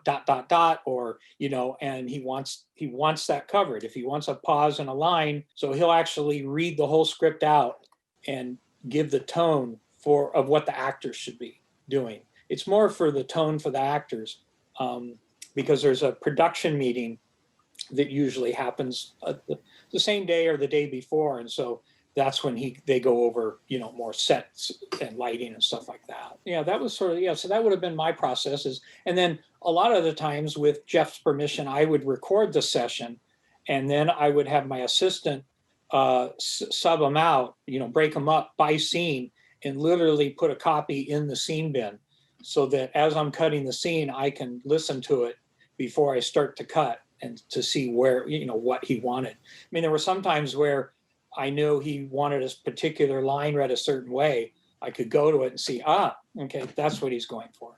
Those meetings were epic. Like, they were like 3-hour meetings, and and I recorded them on my phone.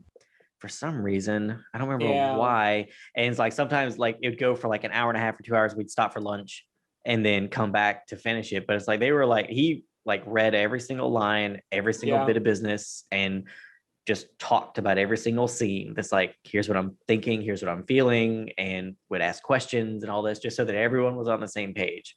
Yeah, I mean, he's I don't think he claims himself as an actor, but boy, he could be, because he really got into everybody's part. I mean, he would he would say, I want it like that, to the directors. So it was great. They were wonderful. He definitely seems very talented, like he can do it all. I'm very jealous of his talent. Yeah, well, yeah, I think everybody says that about Jeff. I mean, I don't know. I don't think there's anything Jeff can't do. So, and I'm hoping I'll be available whenever he gets something else going. Yeah, I think everyone from the show would be like, oh, he's got another show. Can I drop what I'm doing and go to that now, please? Yeah, just because he's just a lot of fun to work for. He's just.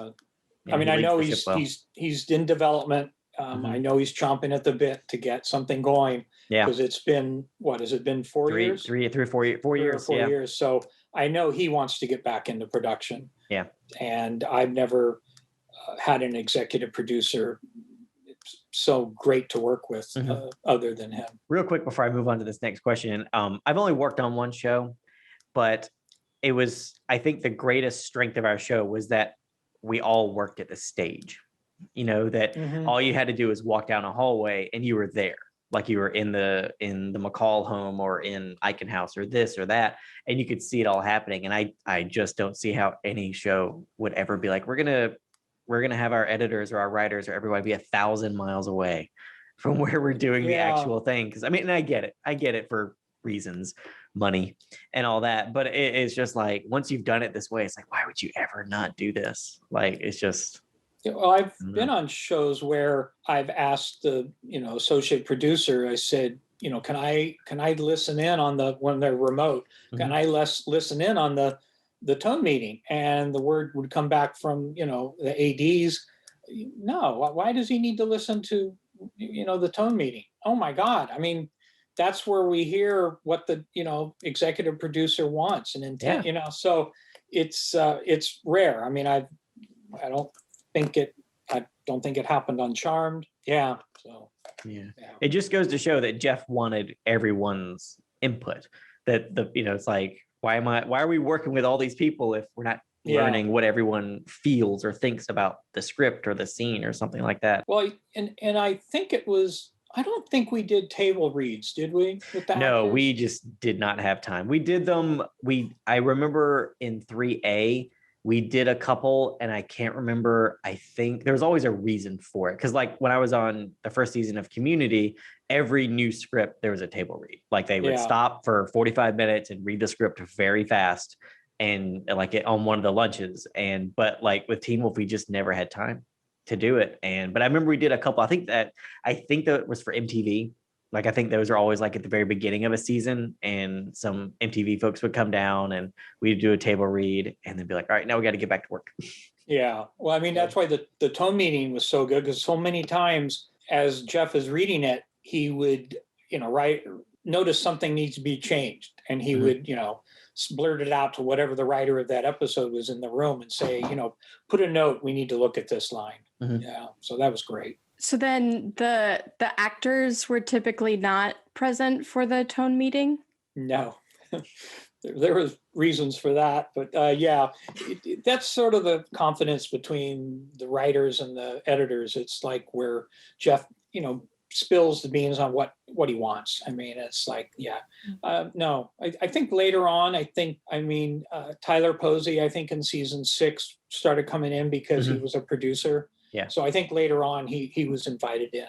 Yeah. But normally, no. And most of the times for those tone meetings, it's like that's the next episode shooting. So they are currently shooting down the hall on the stage, and this is the next set of ADs and the next set of everybody getting ready for the next meeting. So there was just like no time, because again, like these were like epic 3 and 4 hour meetings. It's like, well, there's just not 4 hours in a day that the actors can stop what they're doing and not be filming. So it's really interesting how that cascades to everyone who's collaborating on it. Yeah, it sure does. What was the process of editing a genre show like Teen Wolf compared to something that's a procedural like CSI Miami? I think a genre is, I think it's more character arcs, and the story is ongoing through every episode. Whereas, like CSI Miami, it was the killer of the week. I mean, it was, whereas we were the monster of the series. I mean, we had the monster of the series. So we had more of an arc, I think, to the season, whereas procedurals, it's more about busting the perp and, David Caruso doing, and I got you, which, is David Caruso's thing. So, and I just fell in love with the Teen Wolf genre. I mean, everything I've done since Teen Wolf seems to be genre based now. I don't seem to get back onto the other ones anymore. That's where all the fun is. You get the monsters and the interesting weirdos and stuff like that. Yeah. So we've already talked somewhat about what it was like working with Jeff. How did that collaborative process work between him and the editing bay outside of the tone meetings? I mean, season 1 was rough, and 2, because he was in Atlanta. So he would send us email notes. I don't even think we ever got on. I mean, back then, I don't even think we had Evercast yet, which if you're not familiar with Evercast, it's a way that they can see my Avid real time. I mean, there's a delay, which is why even on that, we have to wear headphones because otherwise you'll hear feedback. I don't think we had that then. There were other products out there and we tried them actually in post. We did bring them in and it was just, we'd lose connection. It just didn't work. So Jeff would send email notes and he was great. What he would do is he would do a frame grab of the scene, which when he gets it, it has time code embedded in it. So he could literally do a frame grab of that, drop it into an email. So he doesn't have to write the time code down because we can see it in the frame grab. And so then he would describe, what he wants us to do with this line. I try a different line reading. I think we should be tighter here. We should be looser here. So he would give us all those notes. And then I think in season 1, he flew back at some point for a long weekend. And he was pretty exhausted. I think we got him for 6 hours because he was probably working 20 hours a day. When he was in Atlanta, he was really working a lot.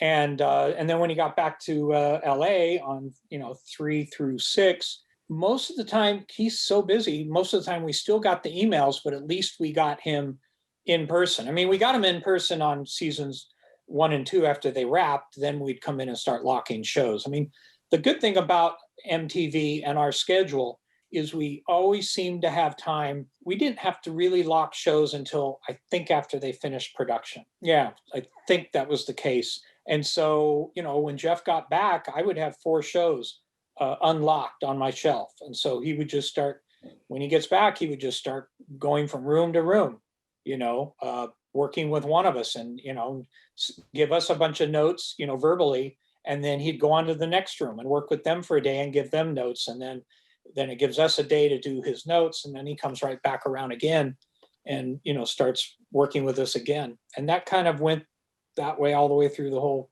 season. But he always did an email pass, usually, because he was always, he runs everything. So, yeah. When did he sleep? I don't think he did, not during seasons 1 and 2. 3, he seemed to start to becoming more normal, I thought, but then he had, he still had a drive, from, I think, West Hollywood to Northridge, but he's going against traffic. Traffic's coming into town, not going out of town. Yeah. So I think it was better. And then I think the hours he worked, freeways are empty. I mean, I'd leave at 10 o'clock at night and I would see his Porsche in the parking lot. So, I'd know he was still there. So, and I think he could make it home in 20 minutes, in those days. Yeah, I don't think there was ever a time, unless he had like an event he was going to or something. I don't think there was ever a time that we, the writers, left and he had already left. Whereas you'd be like, all right, Jeff, we're seeing you. And you just hear clack, clack, clack, clack, clack, clack, clack, clack, as he's working on a scene for the next day or or he's headed off to talk to you or to talk to Dino or to see Yeah. what makeup is doing, and so yeah. Well, I mean, yeah, I mean, there was a whole chain of, I think, a text that he was on from production, and I think when they got the first shot lined up, I think he was texted to come over and look at it. So they'd be in the middle of the writer's room and he has to leave, and I know a lot of the times, I think the writer's room would stick around until after they finished wrapping because you had to get a script out that night, right, Will? Yeah, I mean, there are plenty of times where it's like, well, the script has to finish today, so you stay until it's done. So if you want to go home, it's like, well, we got to write some gold. Yeah, I know. And figure out what's happening here, Yeah. So it's just, it was rough, but it was The only way out is through. The only way out is through. Yeah. Always worth it. So I know you said you'd be eager to go on to another project from Jeff Davis, but in particular, would you be interested in returning to the world of Beacon Hills? Yes. Yeah. It's God, I was so hoping for like a break of a year and then back for season 7, but that probably won't happen. But I definitely would go back for, I don't know what it would be. I don't think anybody would be, but I would definitely go back. Fans are desperate. Every day we get like a ton of messages just of, can you tell us if there's ever going to be a season 7? Like, we don't know, guys, but we'd love to have more Teen Wolf 2. Yeah. Yeah. I mean, I just, for this, I watched all of season 1 again, and I haven't really seen it since it aired. And, I mean, that's, I don't know if I'm going to wait for you guys to get to beyond this. I'm going to probably start watching the rest because fantastic. Well, they only got, I thought they got, better. And of course, everybody knows how good 3B is, I guess. Best. So good. That's our collective favorite. Yeah. I mean, that's, being what was he? Was he in the Nokitsune? Yeah. But you were also mentioning about, about Jeff. I mean, something we did for season 1, because we waited to lock shows until he got home, we were able to do the screenings at his house. And so every Monday, I think for all of season 1, every Monday there was a screening. He would invite the whole crew to his house and we would watch it live. I think we watched it live, or sometimes maybe it was running live, but he put a Blu-ray in. So, I've never experienced that my whole career, being invited to, I think maybe Charmed, maybe they did it once, but that was it. Yeah, we got to go to a couple screenings during season 4. I believe it was 4 and 5, maybe. And 4 and 5, just so incredible that he would even let Will bring like couple fans over to his house to watch the show. Well, by then it got to be not very often, but it would be like for the premiere, for the finale. Well, he very much, it felt like, was just like, everybody needs to see their work done. Like, this is what we all worked so hard for, and that like we're, the crew's a big old family and everybody needs to come and kind of enjoy the fruits of our labor. Well, and it's nothing like seeing the cast and crew who have not seen it yet. I mean, in most cases, maybe the cast has seen a little bit if they had to ADR a scene. Right. But for the most part, I mean, so they were to see the reactions on their faces, and the whole crew cheering and, the gasp. I mean, it was just, as you guys know, because you saw it too. We did. It was awesome. Yeah. That must be very satisfying though. Yeah. To like in real time, since you would be like someone who saw like the final product and then be able to see everyone else and know what's coming up. Well, and then he fed you too. I mean, that's true. Yeah. Taco truck one time. I think I saw 20 pizzas come in another time. I mean, I think for the premiere, I think the kids even did in the kitchen, they set them up and they even did one of those live things where they were live tweeting it. Yeah. Live tweeting it. Yeah. So, yeah. Cause when I was still the writer's assistant, I would go over because the actors got there for the East Coast feed. They would live tweet for the East Coast feed. So that was a couple hours before before the party would start. So I would go there and be setting up for the party, and they're all in the kitchen and living room, like watching it on their computer, like watching it on laptops, the East Coast feed, and tweeting it out. And then people would show up like an hour or so later for the party, and we'd all watch it again. Yeah. Great times. Very cool. Great times. Ed, when you're cutting a scene, what are you looking for to make it stand out? Diversity of angles. I usually like to start in tight.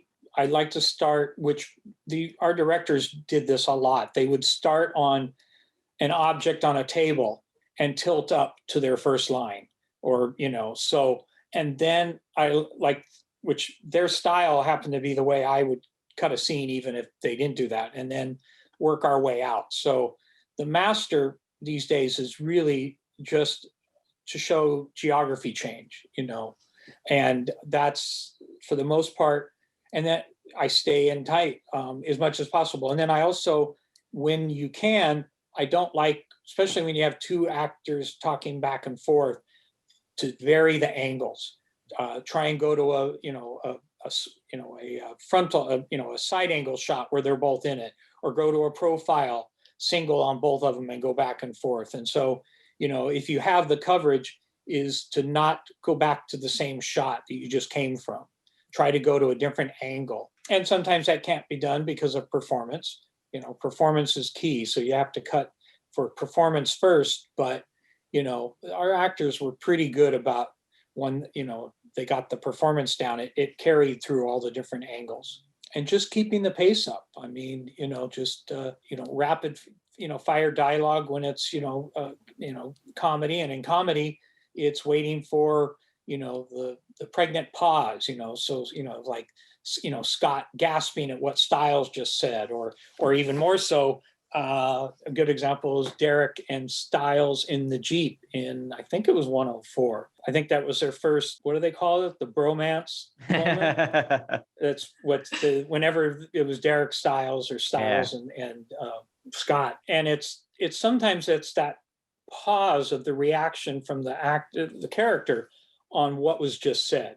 And that's where you sometimes get the biggest laugh, is their reaction to what was just said. And that's where you got where Stiles ate it up, or, with Dylan O'Brien.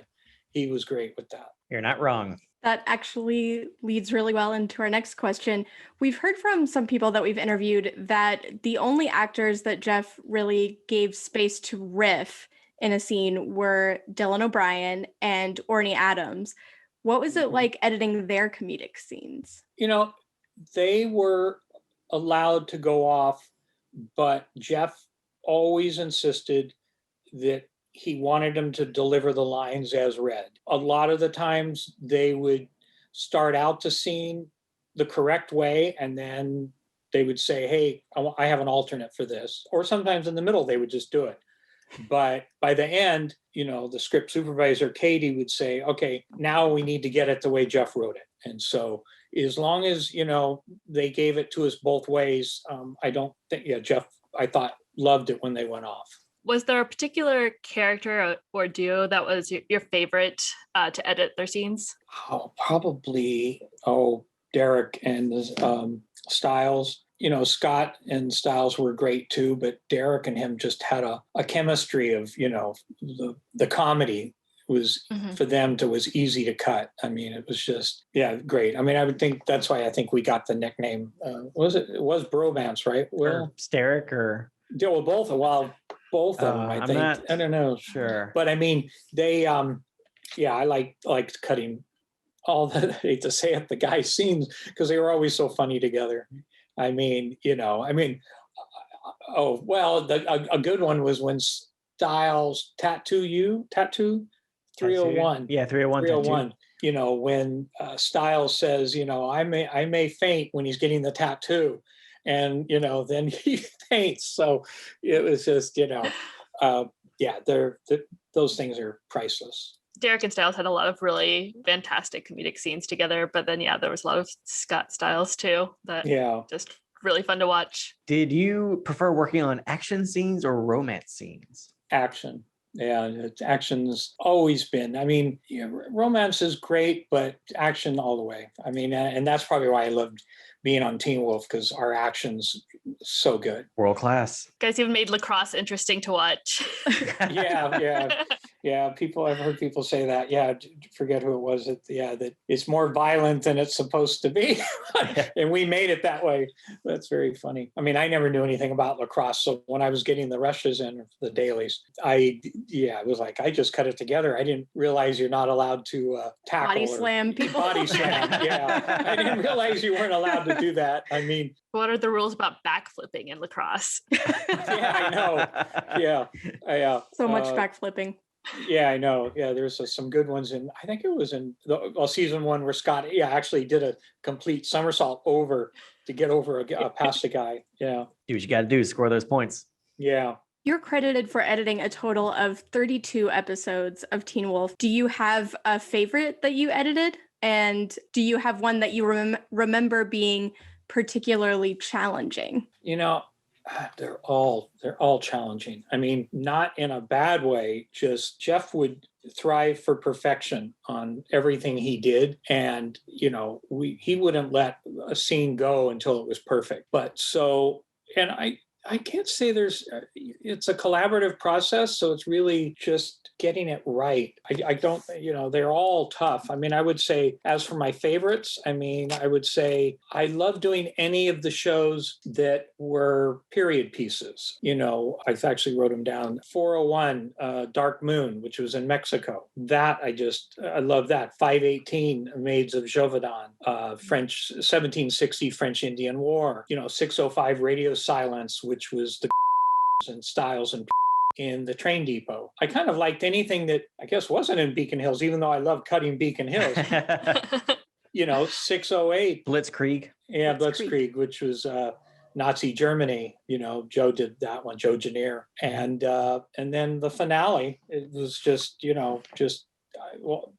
go down as being my favorite because it was the last one. So sorry, I couldn't name one, but with 32, yeah. I mean, if you ask this question to, some of the other editors, it might be easier. Yeah. Well, it's being like, which is your favorite child?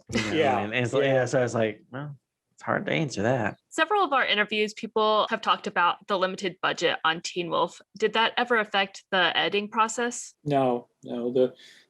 Mentioned earlier the budgets, we always seem to be able to get what we wanted. I mean, that was what's great about Jeff is he, if he felt like a scene that needed to be reshot, it was reshot. I mean, even Russell and Tim, I think, would realize the scene's not working and ask Jeff that they can reshoot it. There's a lot of times we reshot scenes. So we were definitely a show of perfection. And if somebody did not like it, and ultimate call is Jeff's, if he didn't like something, it was reshot. I think that perfection really comes through to make a really polished product. Was there ever a scene or take that you really wanted to use, but for whatever reason you weren't able to incorporate it? Yeah, there were times where Jeff would say, we need to delete this. I would usually hold, a one wild card per episode. And I rarely would, it's his show. I did what he wanted. There were a couple times where I'm like, Jeff, I really miss that. And I think a couple times he gave it to me. So that was nice because I, really worked hard on that scene, or I just really liked it. And so, he listened to his editors too. But I'm hoping that with Amazon buying MGM, maybe we'll get like a nice deluxe Blu-ray set, that just has like a lot of deleted scenes and concept art and stuff like that. Cause there's so much stuff. Cause I remember when the show, whenever the new DVD set would come out, it'd be like, this is kind of scant on interesting things other than the show itself and one or two commentaries. Ed, were there any episodes that changed dramatically from editor's cut to final cut? They're all long. I mean, I would say on an average, we probably I think 8 to 10 minutes long on every show. And Jeff, I've been on some CSI Miami, the EP on that, Ann Donahue would always say, I don't want to see something, 10 minutes over. Cut out what you think should be cut out and get it down to 2 minutes, and Jeff, he always wants to see everything.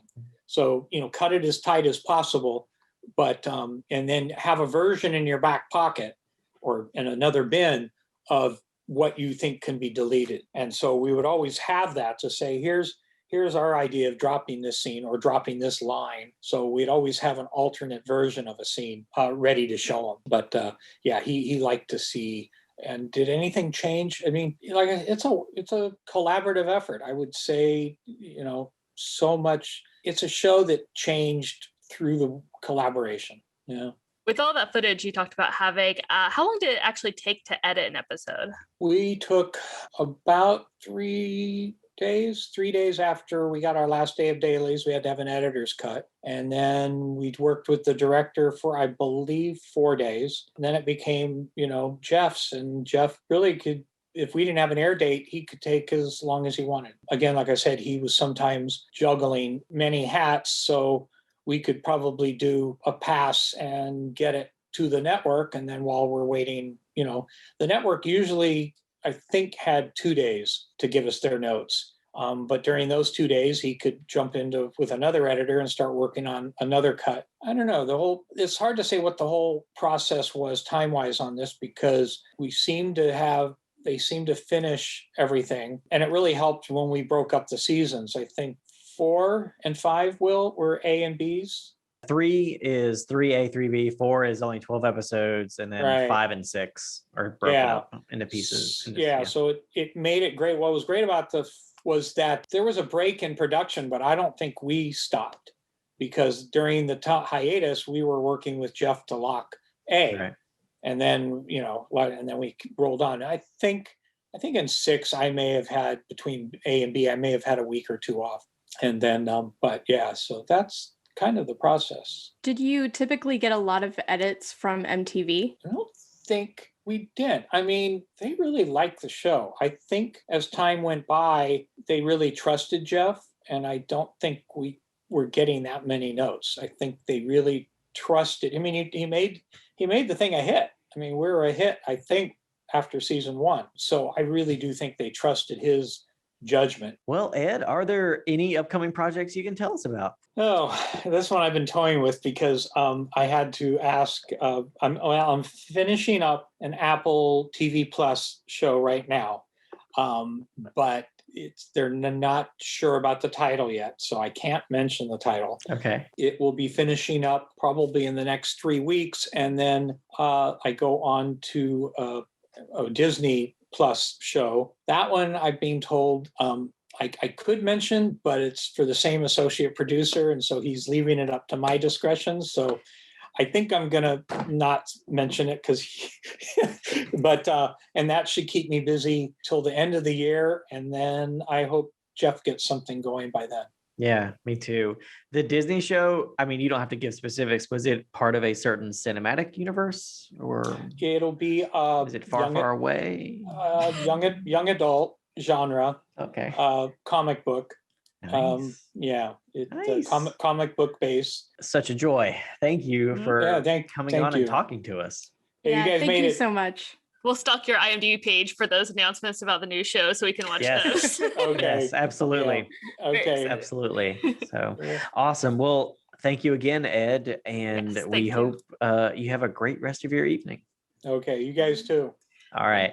We'll talk to you soon, okay? Okay. Bye, thanks. Bye. Bye. All right, Wolfies, that wraps up the beta section for The Tell. And now we're about to dive into spoilers, not just for the episode, but for the whole Teen Wolf series. If you want to stay spoiler-free for all the excellent stories to come, jump out now and we'll catch you next week. But if this isn't your first time in Beacon Hills and you want to hear more, don't move a muscle. Here comes the Alpha.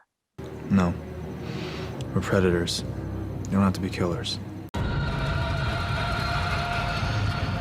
There's a lot of discussion in the first season about Stiles' ADHD and a little bit in the second, but I feel like after that, it's mostly dropped. What do you guys think? I don't remember it past this. Honestly, when I was rewatching this, I was like, oh, that's right. This was a thing. Yeah, I feel like it's mentioned once or twice maybe in the second season, but it's pretty much just a focus in the first season. Well, in the second one, definitely because of the party guest. I was just going to bring that bit up. Hyperactive little bastard. That was really crushing It was. to me. Tough. But yes, that it definitely came up there. And then I feel like isn't there some situation where Derek calls him a hyperactive spaz? Oh, that's true. That one's 3B because I think it's Nagitsune. I feel like I like to think that the werewolves can, like, when they hear his heartbeat, it just sounds like a hummingbird's. It's just like a hum. It's like brrr, that's what his heart sounds like. Yeah. That's also my headcanon. After rewatching The Tell, I looked up the actress who played Miss Ramsey, and she's credited for Wolfsbane after this, and that's it. We never see her again. That's upsetting. I just feel like we should have had more of her. I don't know. I guess rewatching these scenes, I was just like, she's fantastic. And I feel like she's almost like the straight man, so to speak, against the various parents. Both of, Lydia's mom and dad, Jackson's mom and dad, and she's just sitting here being like, oh, and Allison's. She talks to Allison's as well. She intimates that Allison wasn't in class. Right. And Allison's parents are like, what? She wasn't in class? And Ms. Ramsey's like, oh, she wasn't in school. And you could tell that she was just ready for them to ask for clarification, and she was ready to come back with that. It was just so perfect. And I felt like, we get more of Coach Finstock, who is hilarious and not a good teacher. He's in fact a very bad teacher. Yes. And we get Harris, who I don't know what his mastery of the subject matter is, because all we really find out about it is that he knows how to start a chemical fire that kills nearly a dozen people. That's all it takes to be a teacher.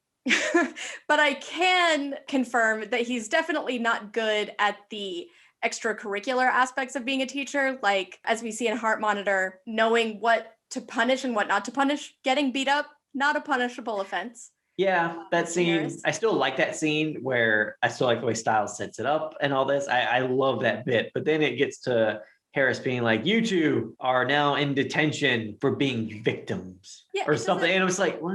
It's crazy town. So I feel like this is the first teacher we've seen where we get any amount of time with them and they seem competent at their job.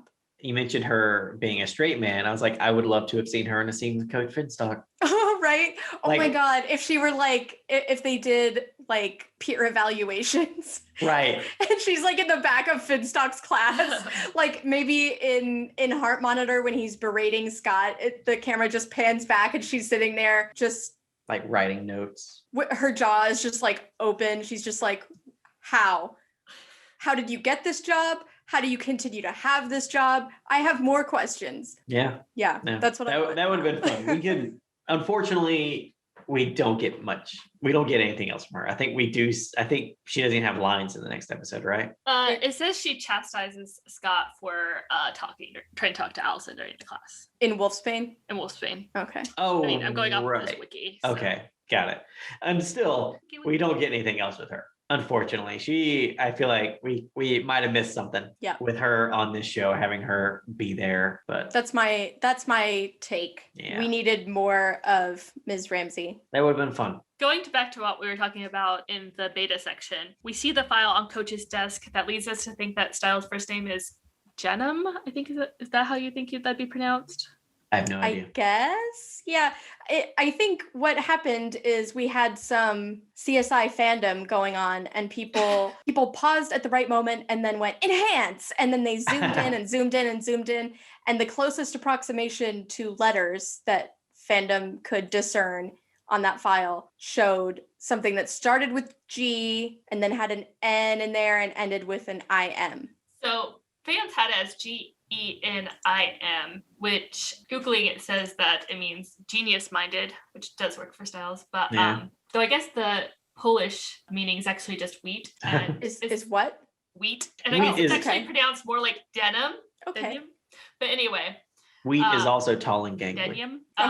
Whenever I looked at it, I saw GIENIM. So I just wonder if like people are just trying to make the most logical guess out of it being spelled like that. Like that's the closest thing they could find to it actually being a name. But yeah, if you actually look at it, it looks like you can see an IENIM. Yeah. But that's not his real name at all. Nope. It is not. Will, would you like to reveal his real name? I don't remember what it is. I believe it starts with an S. No, it doesn't. Oh, it doesn't. Oh, it starts with an M. It starts with an M. I think it's Mieczysław. There it is. Yeah. Yeah. Mieczysław. Something like that. Yeah. It's starting with an S. I thought I remembered. Well, no, because I thought I remembered because when you mentioned his ID, I thought it said S. Stilinski. That was. Yeah, and I clearly forgot that. So it was the whole thing where he couldn't pronounce it when he was little, so he said mischief. Right. I remember that. Which is cute, but also I don't think that small children can say mischief either. Just go with the gag. I agree 100%. So we see Stiles investigating in this episode, and I feel like Stiles is definitely the one who pieced together what happened between Kate and Derek with his own research. In 3A, we find out that he does know what happened between Kate and Derek, at least to some degree, because he says... Willow says, redacted, it's very rude. We don't re-traumatize people. He says that it's the second mass murder that Derek has stated or something to that effect when talking about Jennifer Blake. So I feel like Stiles definitely figured out what happened to Kate and Derek. I could definitely see him finding old records from when she previously lived in Beacon Hills and finding connection. So in On Fire, Kate was the lifeguard at the Beacon Hills High School pool that Derek used to go to. So I definitely could see like Stiles going through like old yearbooks and like maybe finding a picture of them together or talking to people there at the school and definitely like putting the pieces together. And I really wanted to see more of that though. I wanted him to find out what really happened that led to the hailfire and his reaction to it instead of just getting it in really a throwaway line. Yeah. A couple seasons later. A horrible throwaway line. That I'm not very over. Mean. I was so upset. Because first of all, how did he even find out if not through research? And if he did find out through research, why would this be the first time we know that? Right. Like, how does it make sense that he put that together and then just doesn't feel like it warrants any action or conversation on anyone's part until 3A, where he's just like, you know what? This is the time. This is the time to bring up that conclusion that I drew. Yeah. I feel like if there was an off-screen relationship between Stiles and Derek that went very sour, and we only have the pieces of it like on screen of like, yeah, Stiles trying to deflect a lot with the whole like, oh yeah, I still feel like Derek's probably a murderer and I want him dead. And yeah, throwing out these pieces about Derek that he shouldn't know, but he does know. Happy down. So you're saying that this is basically that episode of Community where Abed delivers a baby in the background and the baby is Steric. Yes, exactly. That's baby Derek. That's what you're saying, right? Yes. I don't foresee Derek doing anything serious with a teenager. I didn't say it had to be like a sexual relationship. Oh, okay. Like it could have been something them getting closer. Derek said no, and then Stiles got very upset about it, and that's what led to sour feelings between him and Sourwolf. Aww, I can see that. Brought it back. It'd be interesting if they had on Teen Wolf like that relationship, but it's always just in lines, like throwaway lines, like that sort of running gag on Veep, where Gary Cole's character was dating the secretary. Oh my god! But it's only in throwaway lines, and everyone's like, "What? What?" Yeah. You know, if that was how they did it, and you never saw it, it's like they begin, have, and end their whole relationship off camera over like the course of seasons, and you have no idea that it's happening except these little lines sprinkled throughout the show. That's pretty much how fans treated Derek and Stiles on Teen Wolf as it is. Oh, okay. I definitely feel like there's evidence for it. Like, you know, that Stiles and Derek are a lot closer than they should be. And Stiles and Derek both, they don't want Scott to know that. But it ended like whatever they had, and not necessarily like an actual sexual relationship, but it just ended very poorly. But there's still some lingering feelings there, and we get like, you know, Stiles putting his hand on Derek's shoulder whenever Boyd dies. And even before that, there's the scene where, you know, he's making fun of Derek's idea that he can punch through a wall, and he has him like hold up his fist, and he grabs it, and Derek is kind of like amused and doesn't say anything. Whereas like way back in season 1, as we see in Wolfsbane, when he like just tries to touch Derek, Derek's like, who told you could touch me? No touchies.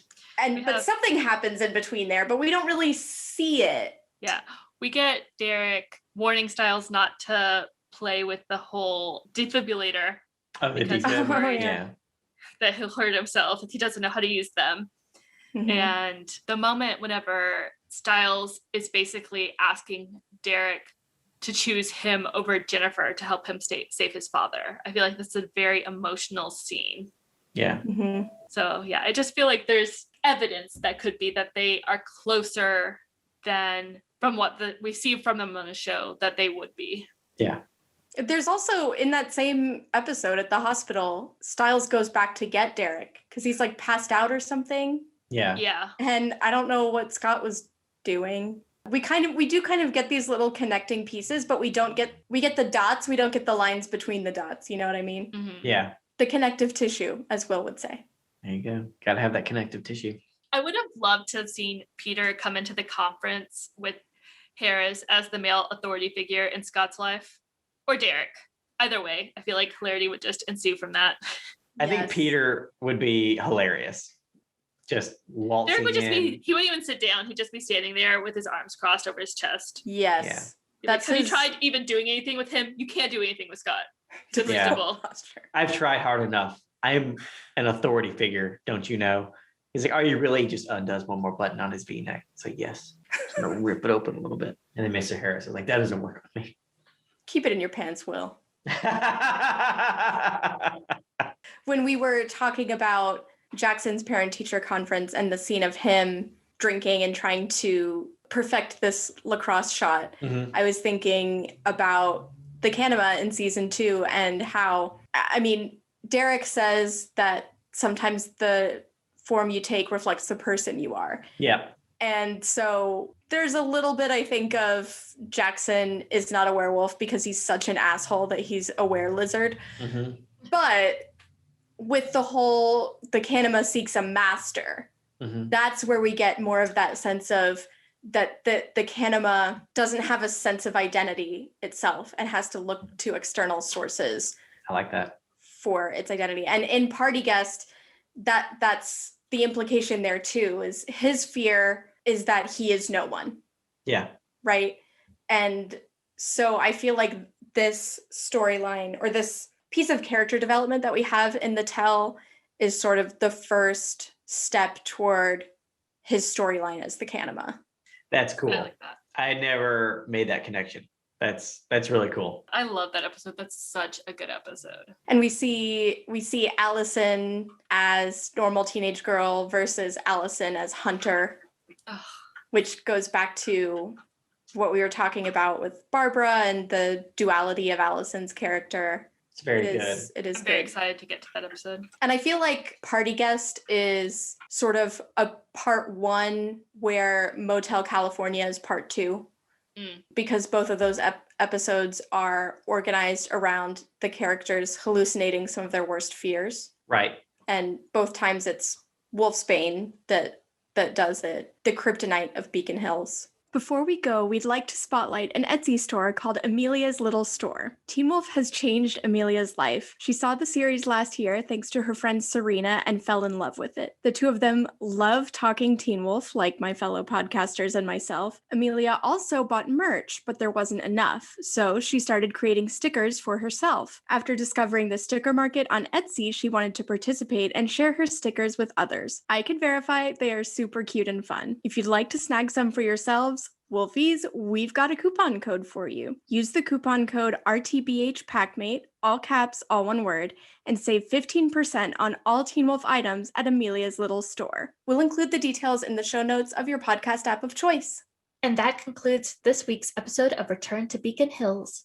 We hope you had as much fun listening as we did talking about all things Teen Wolf. Follow us on Twitter and Instagram at RTBH Podcast, as well as on Tumblr and TikTok at Return to Beacon Hills. If you'd like to ask us questions or offer suggestions for future topics to discuss, you can email us at returntobeaconhills@gmail.com. And don't forget to find us at patreon.com/RTBH Podcast for more awesome exclusives. Join us here next week for our look at Season 1, Episode 6, Heart Monitor, and our fabulous talk with writer, editor, Alyssa Clark. Rate and review us on iTunes or wherever you get your podcast goodness. 5 stars gets a shout out.